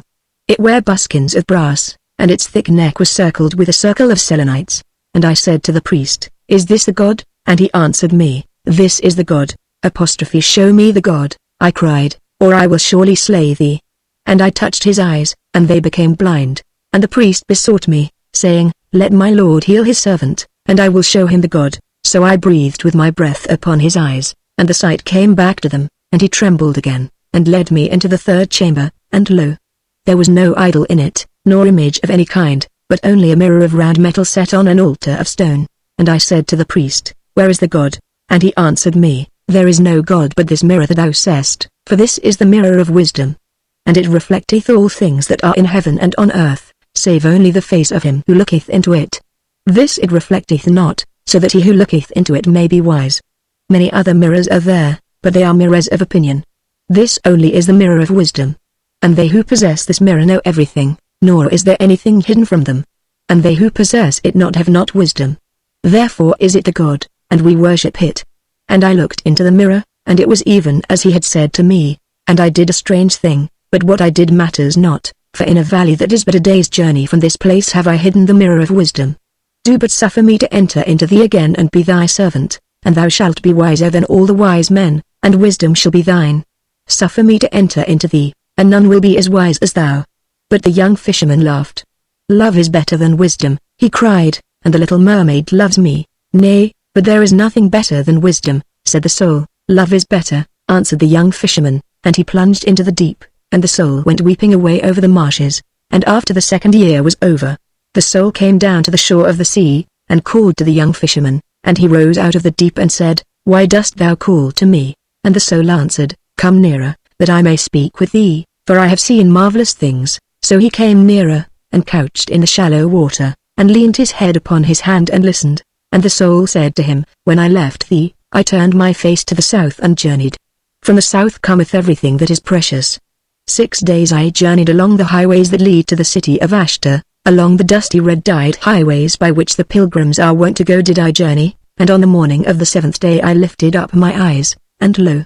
The city lay at my feet, for it is in a valley. There are 9 gates to this city, and in front of each gate stands a bronze horse that neighs when the Bedouins come down from the mountains. The walls are cased with copper, and the watchtowers on the walls are roofed with brass. In every tower stands an archer with a bow in his hand. At sunrise he strikes with an arrow on a gong, and at sunset he blows through a horn of horn. When I sought to enter, the guards stopped me and asked of me who I was. I made answer that I was a dervish and on my way to the city of Mecca, where there was a green veil on which the Quran was embroidered in silver letters by the hands of the angels. They were filled with wonder, and entreated me to pass in. Inside it is even as a bazaar. Surely thou shouldst have been with me. Across the narrow streets the gay lanterns of paper flutter like large butterflies. When the wind blows over the roofs they rise and fall as painted bubbles do. In front of their booths sit the merchants on silken carpets. They have straight black beards, and their turbans are covered with golden sequins, and long strings of amber and carved peach stones glide through their cool fingers. Some of them sell galbanum and nard, and curious perfumes from the islands of the Indian Sea, and the thick oil of red roses, and myrrh and little nail-shaped cloves. When one stops to speak to them, they throw pinches of frankincense upon a charcoal brazier and make the air sweet. I saw a Syrian who held in his hands a thin rod like a reed. Grey threads of smoke came from it, and its odor as it burned was as the odor of the pink almond in spring. Others sell silver bracelets embossed all over with creamy blue turquoise stones, and anklets of brass wire fringed with little pearls, and tiger's claws set in gold, and the claws of that gilt cat, the leopard, set in gold also, and earrings of pierced emerald, and finger rings of hollow jade. From the tea houses comes the sound of the guitar, and the opium smokers with their white smiling faces look out at the passers-by. Of a truth thou shouldst have been with me. The wine sellers elbow their way through the crowd with great black skins on their shoulders. Most of them sell the wine of Skyraz, which is as sweet as honey. They serve it in little metal cups and strew rose leaves upon it. In the marketplace stand the fruit sellers, who sell all kinds of fruit, ripe figs, with their bruised purple flesh, melons, smelling of musk and yellow as topazes, citrons and rose apples and clusters of white grapes, round red gold oranges, and oval lemons of greeny gold. Once I saw an elephant go by. Its trunk was painted with vermilion and turmeric, and over its ears it had a net of crimson silk cord. It stopped opposite one of the booths and began eating the oranges, and the man only laughed. Thou canst not think how strange a people they are. When they are glad they go to the bird sellers and buy of them a caged bird, and set it free that their joy may be greater, and when they are sad they scourge themselves with thorns that their sorrow may not grow less. One evening I met some negroes carrying a heavy palanquin through the bazaar. It was made of gilded bamboo, and the poles were of vermilion lacquer studded with brass peacocks. Across the windows hung thin curtains of muslin embroidered with beetles' wings and with tiny seed pearls, and as it passed by a pale-faced Circassian looked out and smiled at me. I followed behind, and the negroes hurried their steps and scowled. But I did not care. I felt a great curiosity come over me. At last they stopped at a square white house. There were no windows to it, only a little door like the door of a tomb. They set down the palanquin and knocked 3 times with a copper hammer. An Armenian in a caftan of green leather peered through the wicket, and when he saw them he opened, and spread a carpet on the ground, and the woman stepped out. As she went in, she turned round and smiled at me again. I had never seen anyone so pale. When the moon rose I returned to the same place and sought for the house, but it was no longer there. When I saw that, I knew who the woman was, and wherefore she had smiled at me. Certainly thou shouldst have been with me. On the feast of the new moon the young emperor came forth from his palace and went into the mosque to pray.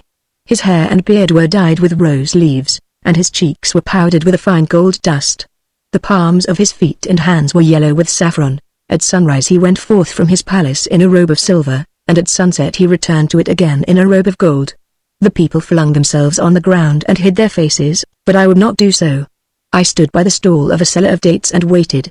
When the emperor saw me, he raised his painted eyebrows and stopped. I stood quite still, and made him no obeisance. The people marveled at my boldness, and counseled me to flee from the city. I paid no heed to them, but went and sat with the sellers of strange gods, who by reason of their craft are abominated. When I told them what I had done, each of them gave me a god and prayed me to leave them. That night, as I lay on a cushion in the tea house that is in the street of Pomegranates, the guards of the emperor entered and led me to the palace. As I went in they closed each door behind me, and put a chain across it. Inside was a great court with an arcade running all round. The walls were of white alabaster, set here and there with blue and green tiles. The pillars were of green marble, and the pavement of a kind of peach blossom marble. I had never seen anything like it before. As I passed across the court 2 veiled women looked down from a balcony and cursed me. The guards hastened on, and the butts of the lances rang upon the polished floor. They opened a gate of wrought ivory, and I found myself in a watered garden of 7 terraces. It was planted with julep cups and moonflowers, and silver-studded aloes. Like a slim reed of crystal a fountain hung in the dusky air. The cypress trees were like burnt-out torches. From one of them a nightingale was singing. At the end of the garden stood the little pavilion.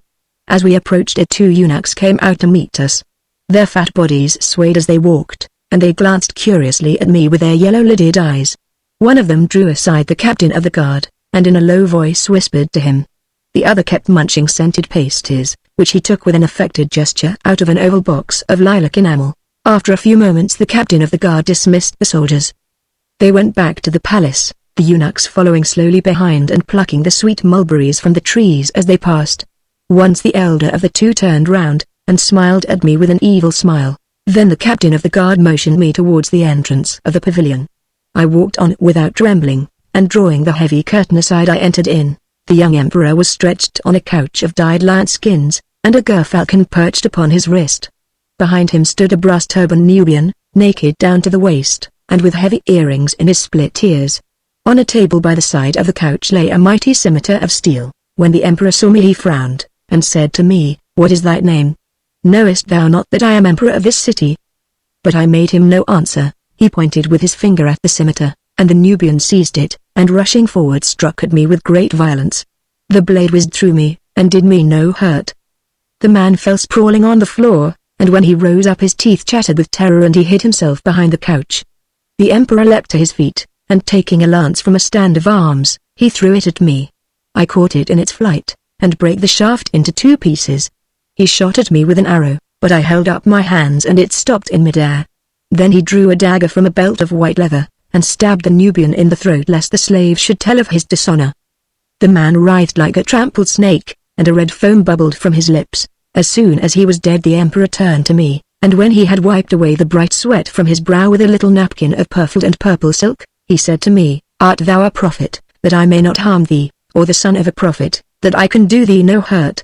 I pray thee leave my city tonight, for while thou art in it I am no longer its lord." And I answered him, "I will go for half of thy treasure. Give me half of thy treasure, and I will go away." He took me by the hand, and led me out into the garden. When the captain of the guard saw me, he wondered. When the eunuchs saw me, their knees shook and they fell upon the ground in fear. There is a chamber in the palace that has 8 walls of red porphyry, and a brass-sealed ceiling hung with lamps. The emperor touched one of the walls and it opened, and we passed down a corridor that was lit with many torches. In niches upon each side stood great wine jars filled to the brim with silver pieces. When we reached the center of the corridor the emperor spake the word that may not be spoken, and a granite door swung back on a secret spring, and he put his hands before his face lest his eyes should be dazzled. Thou couldst not believe how marvelous a place it was.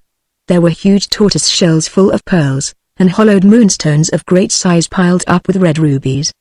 The gold was stored in coffers of elephant hide, and the gold dust in leather bottles. There were opals and sapphires, the former in cups of crystal, and the latter in cups of jade.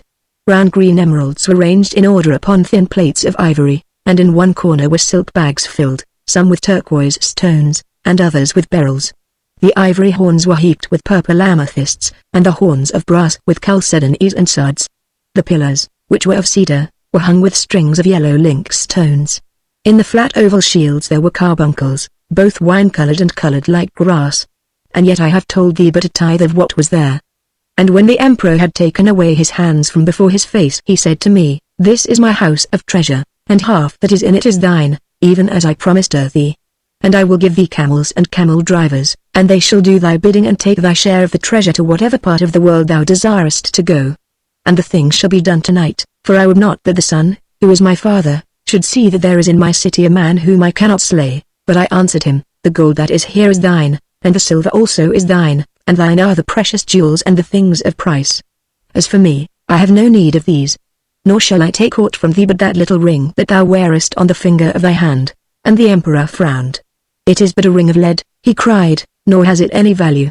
Therefore take thy half of the treasure and go from my city." Nay, I answered, "but I will take naught but that leaden ring, for I know what is written within it, and for what purpose." And the emperor trembled, and besought me and said, "Take all the treasure and go from my city. The half that is mine shall be thine also." And I did a strange thing, but what I did matters not, for in a cave that is but a day's journey from this place have I hidden the ring of riches. It is but a day's journey from this place, and it waits for thy coming. He who has this ring is richer than all the kings of the world. Come therefore and take it, and the world's riches shall be thine." But the young fisherman laughed. "Love is better than riches," he cried, "and the little mermaid loves me." "Nay, but there is nothing better than riches," said the soul. "Love is better, answered the young fisherman, and he plunged into the deep, and the soul went weeping away over the marshes. And after the 3rd year was over, the soul came down to the shore of the sea, and called to the young fisherman, and he rose out of the deep and said, "Why dost thou call to me?" And the soul answered, "Come nearer, that I may speak with thee, for I have seen marvelous things." So he came nearer, and couched in the shallow water, and leaned his head upon his hand and listened. And the soul said to him, "In a city that I know of there is an inn that standeth by a river. I sat there with sailors who drank of 2 different colored wines, and ate bread made of barley, and little salt fish served in bay leaves with vinegar. And as we sat and made merry, there entered to us an old man bearing a leathern carpet and a lute that had 2 horns of amber. And when he had laid out the carpet on the floor, he struck with a quill on the wire strings of his lute, and a girl whose face was veiled ran in and began to dance before us. Her face was veiled with a veil of gauze, but her feet were naked. Naked were her feet, and they moved over the carpet like little white pigeons. Never have I seen anything so marvelous, and the city in which she dances is but a day's journey from this place." Now when the young fisherman heard the words of his soul, he remembered that the little mermaid had no feet and could not dance.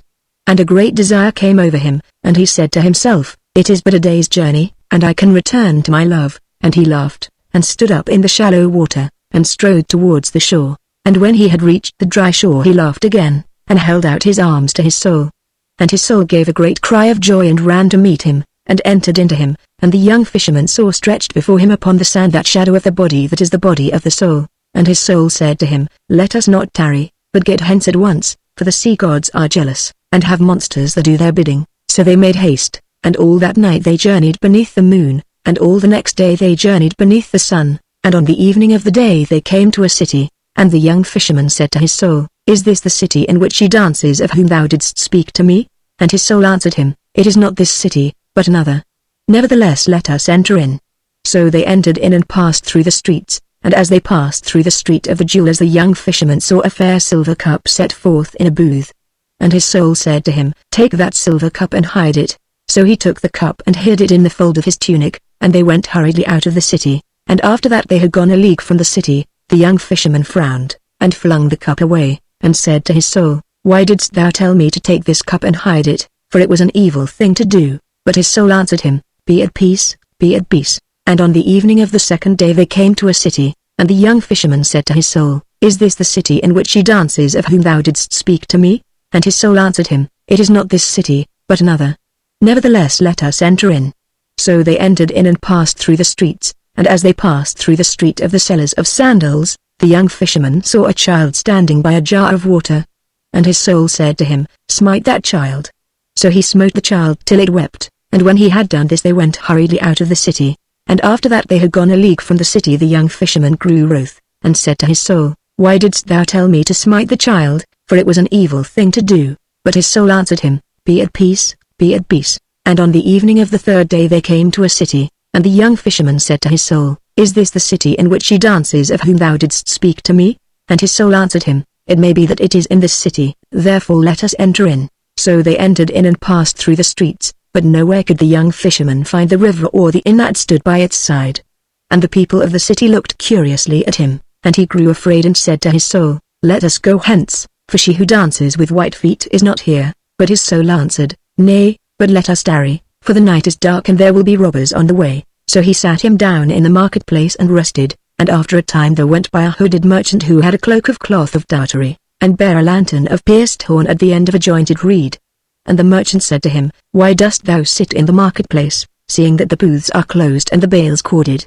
And the young fisherman answered him, "I can find no inn in this city, nor have I any kinsman who might give me shelter." "Are we not all kinsmen?" said the merchant. "And did not one God make us? Therefore come with me, for I have a guest chamber." So the young fisherman rose up and followed the merchant to his house. And when he had passed through a garden of pomegranates and entered into the house, the merchant brought him rose water in a copper dish that he might wash his hands, and ripe melons that he might quench his thirst, and set a bowl of rice and a piece of roasted kid before him. And after that he had finished, the merchant led him to the guest chamber, and bade him sleep and be at rest. And the young fisherman gave him thanks, and kissed the ring that was on his hand, and flung himself down on the carpets of dyed goat's hair. And when he had covered himself with a covering of black lamb's wool he fell asleep, and 3 hours before dawn, and while it was still night, his soul waked him and said to him, "Rise up and go to the room of the merchant, even to the room in which he sleepeth, and slay him, and take from him his gold, for we have need of it." And the young fisherman rose up and crept towards the room of the merchant, and over the feet of the merchant there was lying a curved sword, and the tray by the side of the merchant held 9 purses of gold. And he reached out his hand and touched the sword, and when he touched it the merchant started and awoke, and leaping up seized himself the sword and cried to the young fisherman, "Dost thou return evil for good, and pay with the shedding of blood for the kindness that I have shown thee?" And his soul said to the young fisherman, "Strike him," and he struck him so that he swooned, and he seized then the 9 purses of gold, and fled hastily through the garden of pomegranates, and set his face to the star that is the star of morning. And when they had gone a league from the city, the young fisherman beat his breast, and said to his soul, "Why didst thou bid me slay the merchant and take his gold? Surely thou art evil." But his soul answered him, "Be at peace, be at peace." "Nay," cried the young fisherman, "I may not be at peace, for all that thou hast made me to do I hate. Thee also I hate, and I bid thee tell me wherefore thou hast wrought with me in this wise." And his soul answered him, "When thou didst send me forth into the world thou gavest me no heart, so I learned to do all these things and love them." "What sayest thou?" murmured the young fisherman. "Thou knowest," answered his soul, "thou knowest it well.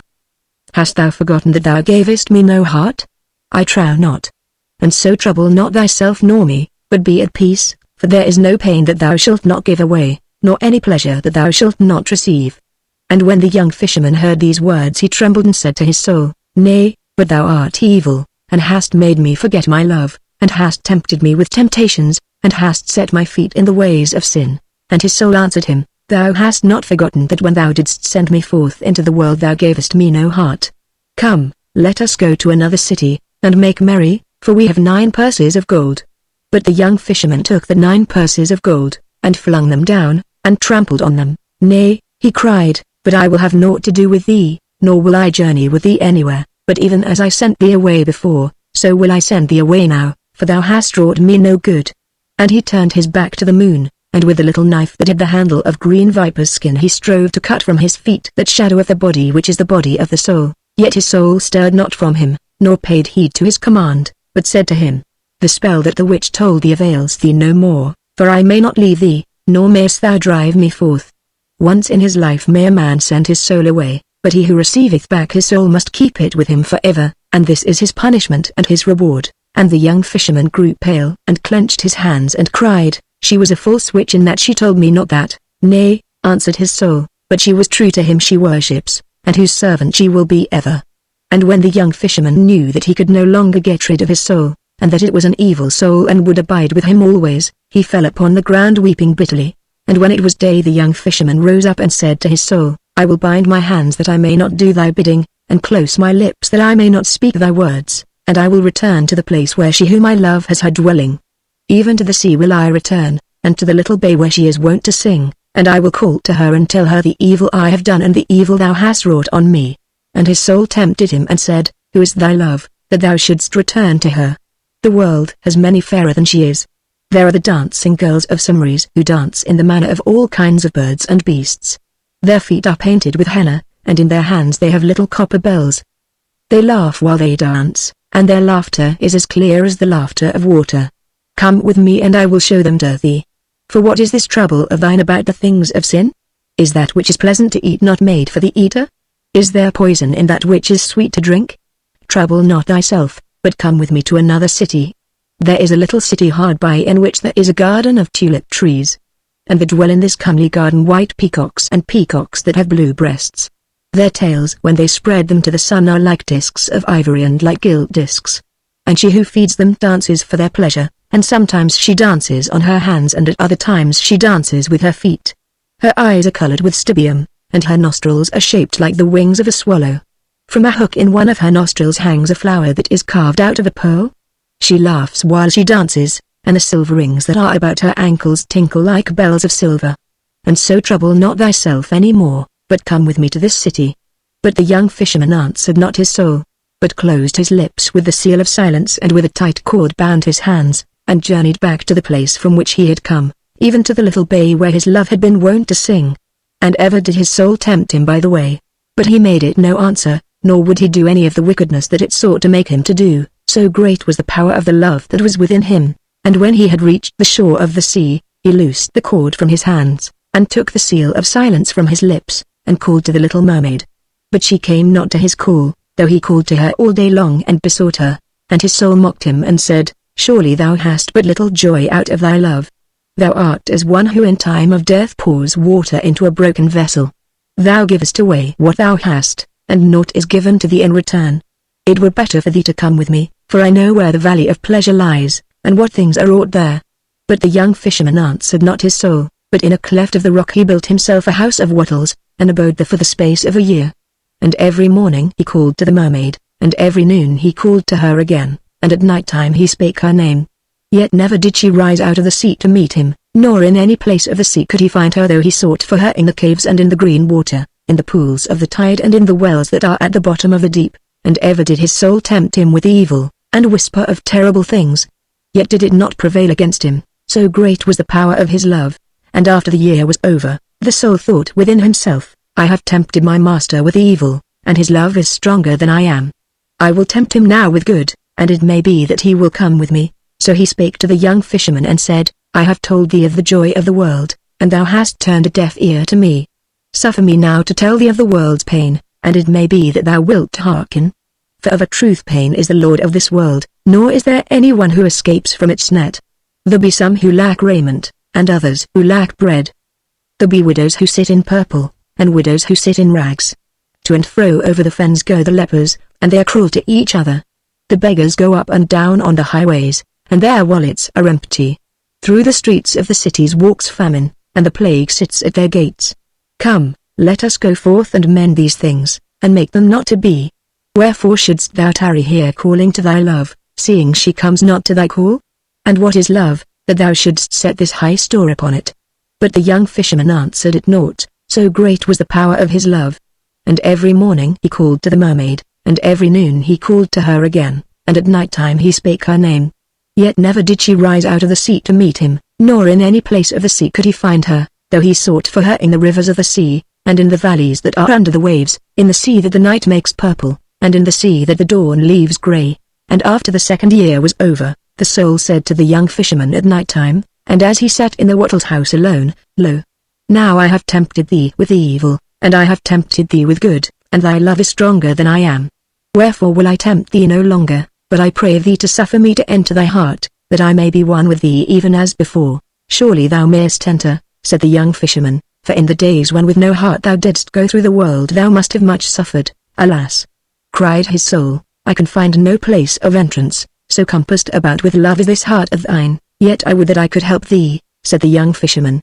And as he spake there came a great cry of mourning from the sea, even the cry that men hear when one of the sea folk is dead.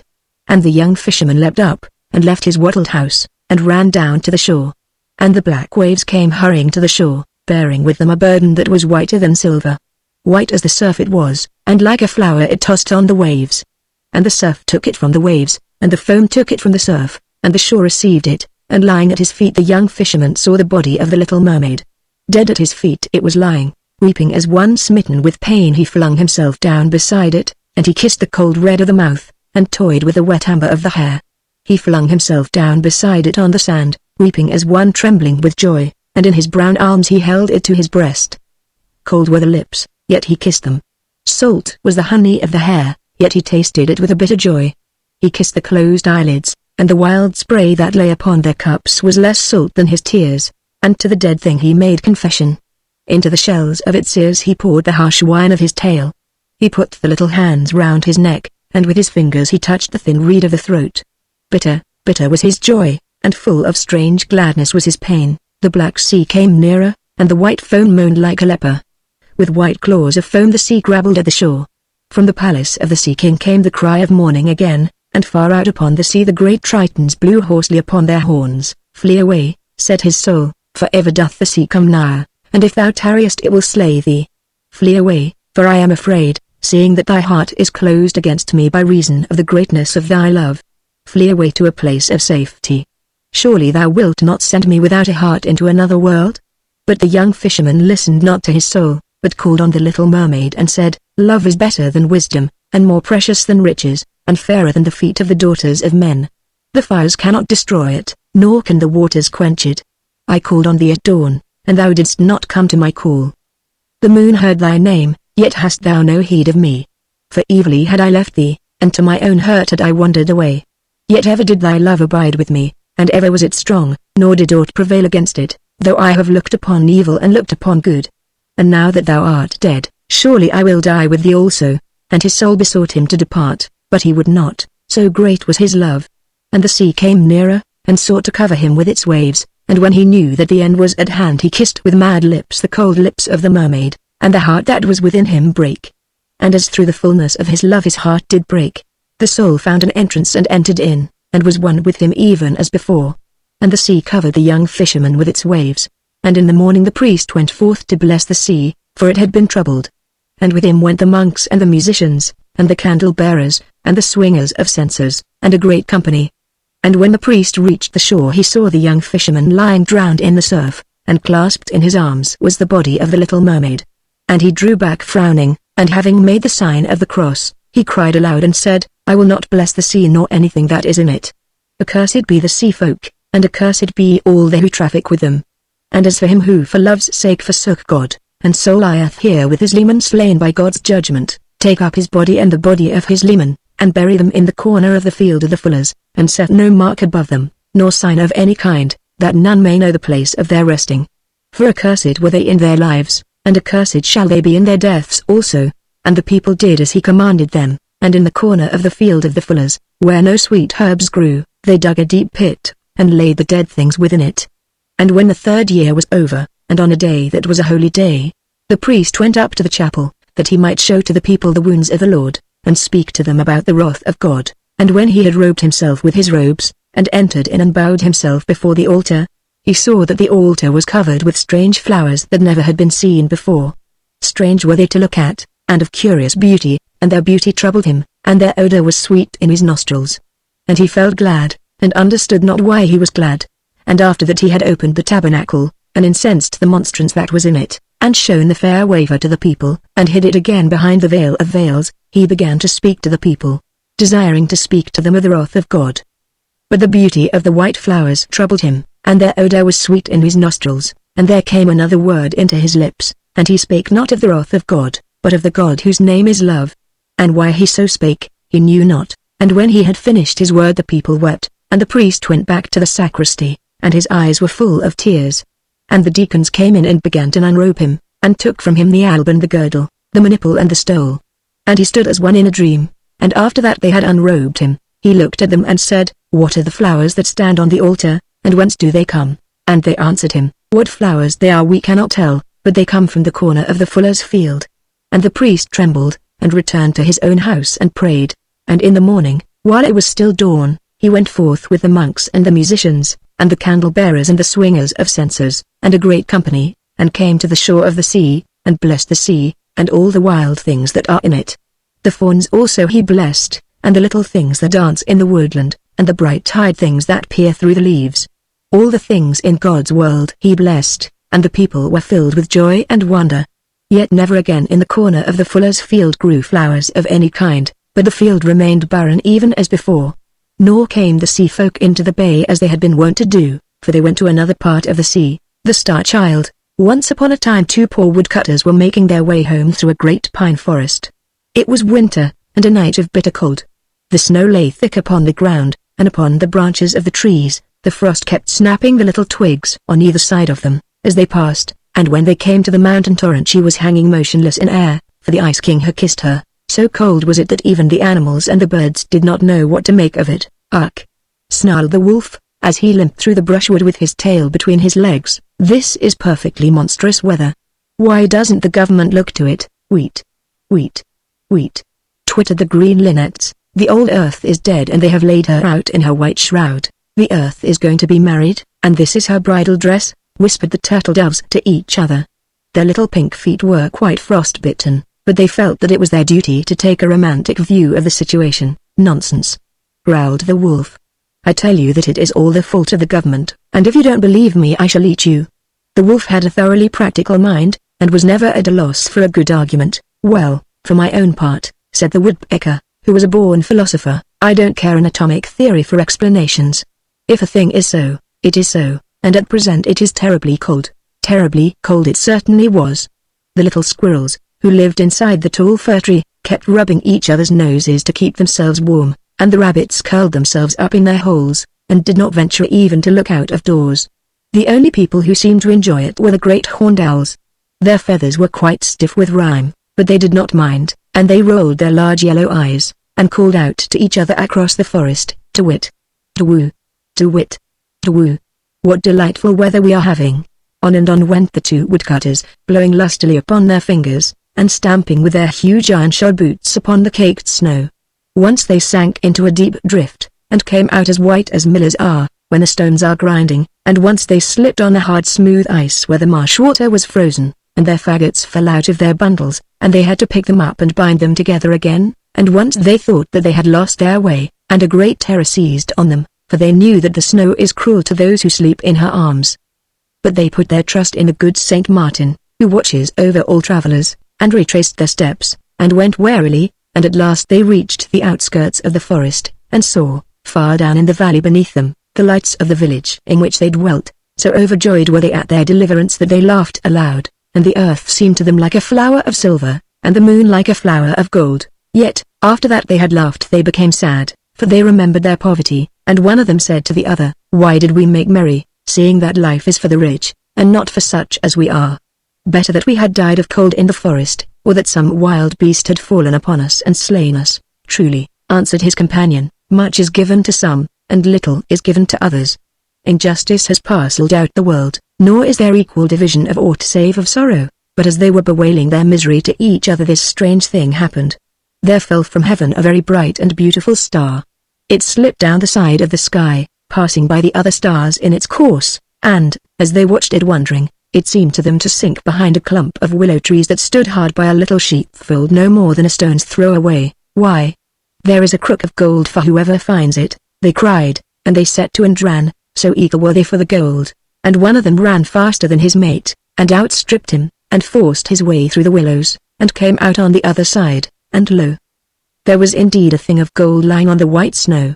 So he hastened towards it, and stooping down placed his hands upon it, and it was a cloak of golden tissue, curiously wrought with stars, and wrapped in many folds. And he cried out to his comrade that he had found the treasure that had fallen from the sky, and when his comrade had come up, they sat them down in the snow, and loosened the folds of the cloak that they might divide the pieces of gold. But, alas! no gold was in it, nor silver, nor, indeed, treasure of any kind, but only a little child who was asleep. And one of them said to the other, "This is a bitter ending to our hope, nor have we any good fortune, for what doth the child profit to a man? Let us leave it here, and go our way, seeing that we are poor men, and have children of our own whose bread we may not give to another." But his companion answered him, "Nay, but it were an evil thing to leave the child to perish here in the snow, and though I am as poor as thou art, and have many mouths to feed, and but little in the pot, yet will I bring it home with me, and my wife shall have care of it." So very tenderly he took up the child, and wrapped the cloak around it to shield it from the harsh cold, and made his way down the hill to the village, his comrade marveling much at his foolishness and softness of heart. And when they came to the village, his comrade said to him, "Thou hast the child, therefore give me the cloak, for it is meet that we should share." But he answered him, "Nay, for the cloak is neither mine nor thine, but the child's only." And he bade him Godspeed, and went to his own house and knocked. And when his wife opened the door and saw that her husband had returned safe to her, she put her arms round his neck and kissed him, and took from his back the bundle of faggots, and brushed the snow off his boots, and bade him come in. But he said to her, "I have found something in the forest, and I have brought it to thee to have care of it." And he stirred not from the threshold. "What is it?" she cried. "Show it to me, for the house is bare, and we have need of many things."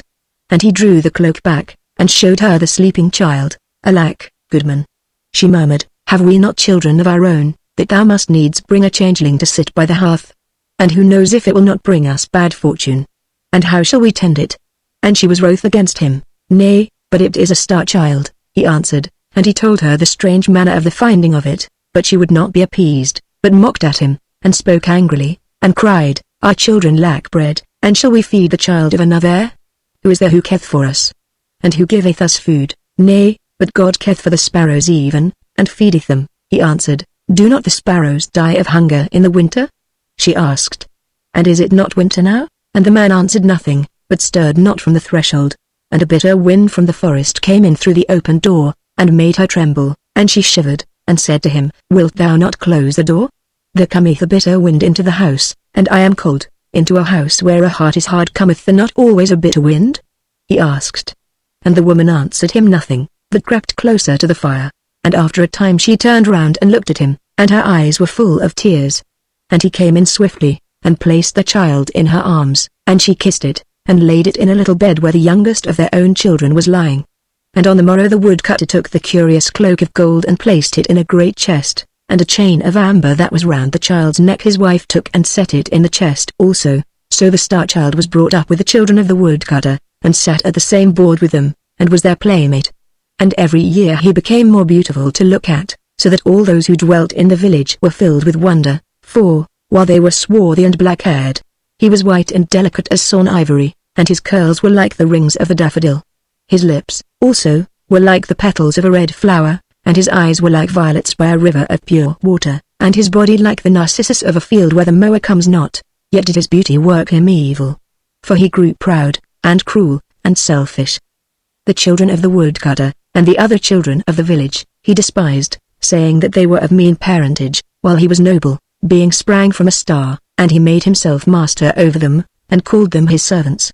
No pity had he for the poor, or for those who were blind or maimed or in any way afflicted, but would cast stones at them and drive them forth onto the highway, and bid them beg their bread elsewhere, so that none save the outlaws came twice to that village to ask for alms. Indeed, he was as one enamoured of beauty, and would mock at the weakly and ill-favoured, and make jest of them, and himself he loved, and in summer, when the winds were still, he would lie by the well in the priest's orchard and look down at the marvel of his own face, and laugh for the pleasure he had in his fairness. Often did the woodcutter and his wife chide him, and say, "We did not deal with thee as thou dealest with those who are left desolate, and have none to succour them. Wherefore art thou so cruel to all who need pity?" Often did the old priest send for him, and seek to teach him the love of living things, saying to him, "The fly is thy brother. Do it no harm. The wild birds that roam through the forest have their freedom. Snare them not for thy pleasure. God made the blind worm and the mole, and each has its place. Who art thou to bring pain into God's world? Even the cattle of the field praise him." But the star-child heeded not their words, but would frown and flout, and go back to his companions, and lead them. And his companions followed him, for he was fair, and fleet of foot, and could dance, and pipe, and make music. And wherever the star-child led them they followed, and whatever the star-child bade them do, that did they. And when he pierced with a sharp reed the dim eyes of the mole, they laughed, and when he cast stones at the leper they laughed also. And in all things he ruled them, and they became hard of heart even as he was. Now there passed one day through the village a poor beggar woman. Her garments were torn and ragged, and her feet were bleeding from the rough road on which she had travelled, and she was in very evil plight. And being weary she sat her down under a chestnut tree to rest. But when the star-child saw her, he said to his companions, "See, there sitteth a foul beggar woman under that fair and green-leaved tree. Come, let us drive her hence, for she is ugly and ill-favoured." So he came near and threw stones at her, and mocked her, and she looked at him with terror in her eyes, nor did she move her gaze from him. And when the woodcutter, who was cleaving logs in a haggard hard by, saw what the star-child was doing, he ran up and rebuked him, and said to him, "Surely thou art hard of heart and knowest not mercy, for what evil has this poor woman done to thee that thou shouldst treat her in this wise?" And the star-child grew red with anger, and stamped his foot upon the ground, and said, "Who art thou to question me what I do? I am no son of thine to do thy bidding." "Thou speakest truly," answered the woodcutter, "yet did I show thee pity when I found thee in the forest." And when the woman heard these words she gave a loud cry, and fell into a swoon. And the woodcutter carried her to his own house, and his wife had care of her, and when she rose up from the swoon into which she had fallen, they set meat and drink before her, and bade her have comfort, but she would neither eat nor drink, but said to the woodcutter, "Didst thou not say that the child was found in the forest? And was it not 10 years from this day?" And the woodcutter answered, "Yea, it was in the forest that I found him, and it is 10 years from this day. And what signs didst thou find with him?" She cried, "Bare he not upon his neck a chain of amber? Was not round him a cloak of gold tissue broidered with stars?" "Truly," answered the woodcutter, "it was even as thou sayest." And he took the cloak and the amber chain from the chest where they lay, and showed them to her. And when she saw them she wept for joy, and said, "He is my little son whom I lost in the forest. I pray thee send for him quickly, for in search of him have I wandered over the whole world." So the woodcutter and his wife went out and called to the Star-Child, and said to him, "Go into the house, and there shalt thou find thy mother, who is waiting for thee." So he ran in, filled with wonder and great gladness. But when he saw her who was waiting there, he laughed scornfully and said, "Why, where is my mother? For I see none here but this vile beggar woman." And the woman answered him, "I am thy mother." "Thou art mad to say so," cried the Star-Child angrily. "I am no son of thine, for thou art a beggar, and ugly, and in rags. Therefore get thee hence, and let me see thy foul face no more." "Nay, but thou art indeed my little son, whom I bare in the forest," she cried, and she fell on her knees, and held out her arms to him. "The robbers stole thee from me, and left thee to die," she murmured, "but I recognized thee when I saw thee, and the signs also have I recognized, the cloak of golden tissue and the amber chain. Therefore I pray thee come with me, for over the whole world have I wandered in search of thee. Come with me, my son, for I have need of thy love." But the Star-Child stirred not from his place, but shut the doors of his heart against her, nor was there any sound heard save the sound of the woman weeping for pain. And at last he spoke to her, and his voice was hard and bitter. "If in very truth thou art my mother," he said, "it had been better hadst thou stayed away, and not come here to bring me to shame, seeing that I thought I was the child of some star, and not a beggar's child, as thou tellest me that I am. Therefore get thee hence, and let me see thee no more." "Alas! My son," she cried, "wilt thou not kiss me before I go? For I have suffered much to find thee." "Nay," said the Star-Child, "but thou art too foul to look at, and rather would I kiss the adder or the toad than thee." So the woman rose up, and went away into the forest weeping bitterly, and when the Star-Child saw that she had gone, he was glad, and ran back to his playmates that he might play with them, but when they beheld him coming, they mocked him and said, "Why, thou art as foul as the toad, and as loathsome as the adder. Get thee hence, for we will not suffer thee to play with us." And they drave him out of the garden, and the Star-Child frowned and said to himself, "What is this that they say to me? I will go to the well of water and look into it, and it shall tell me of my beauty." So he went to the well of water and looked into it, and lo! His face was as the face of a toad, and his body was sealed like an adder. And he flung himself down on the grass and wept, and said to himself, "Surely this has come upon me by reason of my sin. For I have denied my mother, and driven her away, and been proud, and cruel to her. Wherefore I will go and seek her through the whole world, nor will I rest till I have found her." And there came to him the little daughter of the woodcutter, and she put her hand upon his shoulder and said, "What doth it matter if thou hast lost thy comeliness? Stay with us, and I will not mock at thee." And he said to her, "Nay, but I have been cruel to my mother, and as a punishment has this evil been sent to me. Wherefore I must go hence, and wander through the world till I find her, and she give me her forgiveness." So he ran away into the forest and called out to his mother to come to him. But there was no answer. All day long he called to her, and, when the sun set, he lay down to sleep on a bed of leaves, and the birds and the animals fled from him, for they remembered his cruelty, and he was alone save for the toad that watched him, and the slow adder that crawled past. And in the morning he rose up, and plucked some bitter berries from the trees and ate them, and took his way through the great wood, weeping sorely. And of everything that he met he made inquiry if perchance they had seen his mother. He said to the mole, "Thou canst go beneath the earth. Tell me, is my mother there?" And the mole answered, "Thou hast blinded mine eyes." "How should I know?" He said to the linnet, "Thou canst fly over the tops of the tall trees, and canst see the whole world. Tell me, canst thou see my mother?" And the linnet answered, "Thou hast clipped my wings for thy pleasure. How should I fly?" And to the little squirrel who lived in the fir tree, and was lonely, he said, "Where is my mother?" And the squirrel answered, "Thou hast slain mine. Dost thou seek to slay thine also?" And the Star-Child wept and bowed his head, and prayed forgiveness of God's things, and went on through the forest, seeking for the beggar woman. And on the third day he came to the other side of the forest and went down into the plain. And when he passed through the villages the children mocked him, and threw stones at him, and the carlots would not suffer him even to sleep in the byres lest he might bring mildew on the stored corn, so foul was he to look at, and their hired men drave him away, and there was none who had pity on him. Nor could he hear anywhere of the beggar woman who was his mother, though for the space of 3 years he wandered over the world, and often seemed to see her on the road in front of him, and would call to her, and run after her till the sharp flints made his feet to bleed. But overtake her he could not, and those who dwelt by the way did ever deny that they had seen her, or any like to her, and they made sport of his sorrow. For the space of 3 years he wandered over the world, and in the world there was neither love nor loving kindness nor charity for him, But it was even such a world as he had made for himself in the days of his great pride, and one evening he came to the gate of a strong walled city that stood by a river, and, weary and footsore though he was, he made to enter in. But the soldiers who stood on guard dropped their halberts across the entrance, and said roughly to him, "What is thy business in the city?" "I am seeking for my mother," he answered, "and I pray ye to suffer me to pass, for it may be that she is in this city." But they mocked at him, and one of them wagged a black beard, and set down his shield and cried, "Of a truth, thy mother will not be merry when she sees thee, for thou art more ill-favored than the toad of the marsh, or the adder that crawls in the fen. Get thee gone! Get thee gone!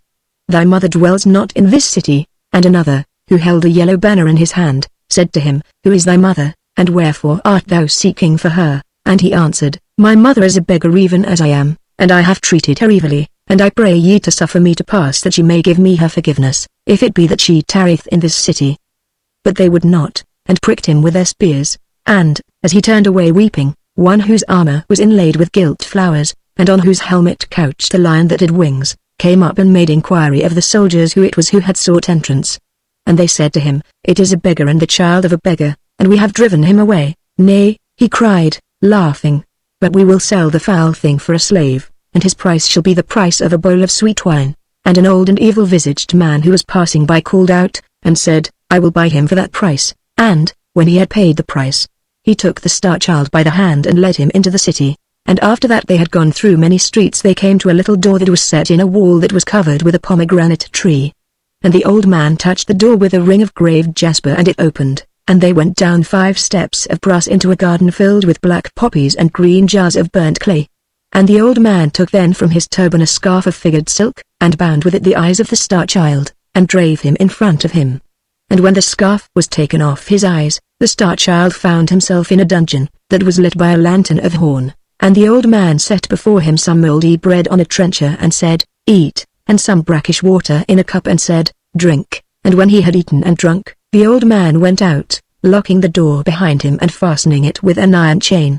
And on the morrow the old man, who was indeed the subtlest of the magicians of Libya and had learned his art from one who dwelt in the tombs of the Nile, came in to him and frowned at him, and said, "In a wood that is nigh to the gate of this city of Gears there are 3 pieces of gold. One is of white gold, and another is of yellow gold, and the gold of the third one is red. Today thou shalt bring me the piece of white gold, and if thou bringest it not back, I will beat thee with 100 stripes. Get thee away quickly, and at sunset I will be waiting for thee at the door of the garden.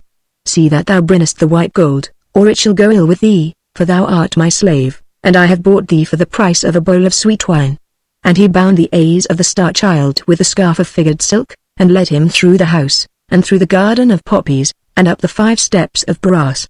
And having opened the little door with his ring he set him in the street, and the star-child went out of the gate of the city, and came to the wood of which the magician had spoken to him. Now this wood was very fair to look at from without, and seemed full of singing birds and of sweet-scented flowers, and the star-child entered it gladly. Yet did its beauty profit him little, for wherever he went harsh briars and thorns shot up from the ground and encompassed him, and evil nettles stung him, and the thistle pierced him with her daggers, so that he was in sore distress. Nor could he anywhere find the piece of white gold of which the magician had spoken, though he sought for it from morn to noon, and from noon to sunset. And at sunset he set his face towards home, weeping bitterly, for he knew what fate was in store for him. But when he had reached the outskirts of the wood, he heard from a thicket a cry as of some one in pain. And forgetting his own sorrow he ran back to the place, and saw there a little hare caught in a trap that some hunter had set for it. And the star-child had pity on it, and released it, and said to it, "I am myself but a slave, yet may I give thee thy freedom." And the hare answered him, and said, "Surely thou hast given me freedom, and what shall I give thee in return?" And the star-child said to it, "I am seeking for a piece of white gold, nor can I anywhere find it, and if I bring it not to my master he will beat me." "Come thou with me," said the hare, "and I will lead thee to it, for I know where it is hidden, and for what purpose." So the star-child went with the hare, and lo! in the cleft of a great oak tree he saw the piece of white gold that he was seeking. And he was filled with joy, and seized it, and said to the hare, "The service that I did to thee thou hast rendered back again many times over, and the kindness that I showed thee thou hast repaid 100-fold. "Nay," answered the hare, "but as thou dealt with me, so I did deal with thee." And it ran away swiftly, and the star-child went towards the city. Now at the gate of the city there was seated one who was a leper. Over his face hung a cowl of grey linen, and through the eyelets his eyes gleamed like red coals. And when he saw the Star Child coming, he struck upon a wooden bowl, and clattered his bell, and called out to him, and said, "Give me a piece of money, or I must die of hunger. For they have thrust me out of the city, and there is no one who has pity on me." "Alas!" cried the Star Child, "I have but one piece of money in my wallet, and if I bring it not to my master he will beat me, for I am his slave." But the leper entreated him, and prayed of him, till the Star Child had pity, and gave him the piece of white gold. And when he came to the magician's house, the magician opened to him, and brought him in, and said to him, "Hast thou the piece of white gold?"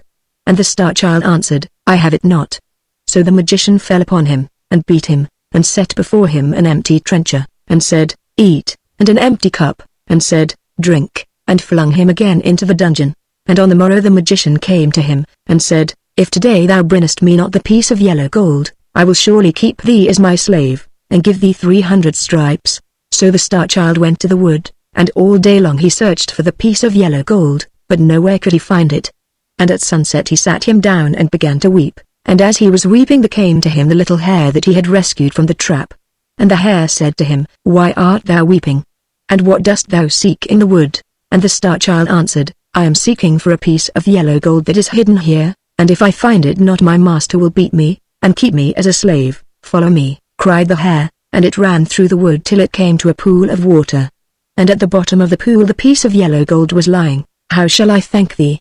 said the Star Child, "for lo, this is the second time that you have succored me." "Nay, but thou hadst pity on me first," said the hare, and it ran away swiftly. And the Star Child took the piece of yellow gold, and put it in his wallet, and hurried to the city.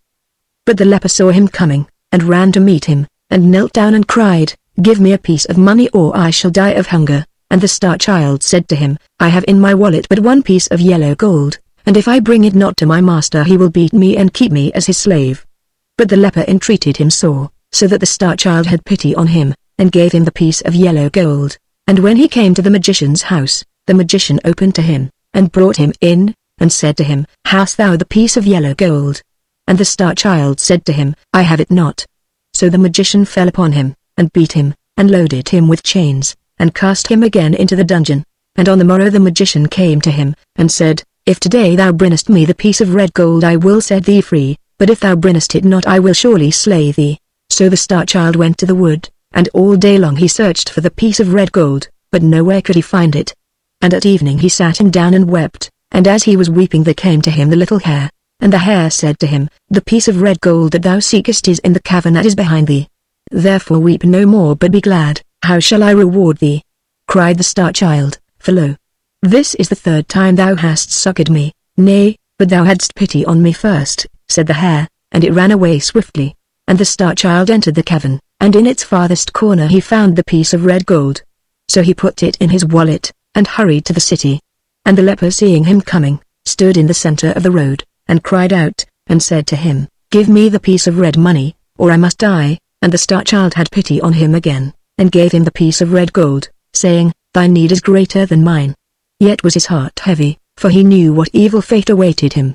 But lo, as he passed through the gate of the city, the guards bowed down and made obeisance to him, saying, "How beautiful is our Lord!" And a crowd of citizens followed him, and cried out, "Surely there is none so beautiful in the whole world." So that the Star Child wept, and said to himself, "They are mocking me, and making light of my misery." And so large was the concourse of the people, that he lost the threads of his way, and found himself at last in a great square, in which there was a palace of a king. And the gate of the palace opened, and the priests and the high officers of the city ran forth to meet him, and they abased themselves before him, and said, "Thou art our Lord for whom we have been waiting, and the son of our king." And the Star Child answered them and said, "I am no king's son, but the child of a poor beggar woman.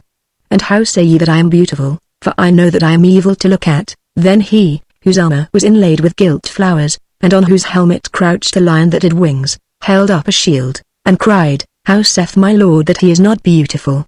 And the Star Child looked, and lo, his face was even as it had been, and his comeliness had come back to him, and he saw that in his eyes which he had not seen there before. And the priests and the high officers knelt down and said to him, "It was prophesied of old that on this day should come he who is to rule over us. Therefore, let our Lord take this crown and this scepter, and be in his justice and mercy our king over us." But he said to them, "I am not worthy, for I have denied the mother who bare me, nor may I rest till I have found her, and known her forgiveness. Therefore, let me go, for I must wander again over the world, and may not tarry here, though ye bring me the crown and the scepter." And as he spake he turned his face from them towards the street that led to the gate of the city, and lo! amongst the crowd that pressed round the soldiers, he saw the beggar woman who was his mother, and at her side stood the leper, who had sat by the road, and a cry of joy broke from his lips, and he ran over, and kneeling down he kissed the wounds on his mother's feet, and wet them with his tears. He bowed his head in the dust, and sobbing, as one whose heart might break, he said to her, "Mother, I denied thee in the hour of my pride. Accept me in the hour of my humility. Mother, I gave thee hatred. Do thou give me love. Mother, I rejected thee. Receive thy child now." But the beggar woman answered him not a word, and he reached out his hands, and clasped the white feet of the leper, and said to him, "Thrice did I give thee of my mercy. Bid my mother speak to me once." But the leper answered him not a word, and he sobbed again and said, "Mother, my suffering is greater than I can bear. Give me thy forgiveness, and let me go back to the forest." And the beggar woman put her hand on his head, and said to him, "Rise," and the leper put his hand on his head, and said to him, "Rise, also." And he rose up from his feet, and looked at them, and lo! they were a king and a queen, and the queen said to him, "This is thy father whom thou hast succored." And the king said, "This is thy mother whose feet thou hast washed with thy tears." And they fell on his neck and kissed him, and brought him into the palace and clothed him in fair raiment, and set the crown upon his head, and the scepter in his hand, and over the city that stood by the river he ruled, and was its lord. Much justice and mercy did he show to all, and the evil magician he banished, and to the woodcutter and his wife he sent many rich gifts, and to their children he gave high honor. Nor would he suffer any to be cruel to bird or beast, but taught love and loving kindness and charity, and to the poor he gave bread, and to the naked he gave raiment, and there was peace and plenty in the land. Yet ruled he not long, so great had been his suffering, and so bitter the fire of his testing, for after the space of 3 years he died. And he who came after him ruled evilly,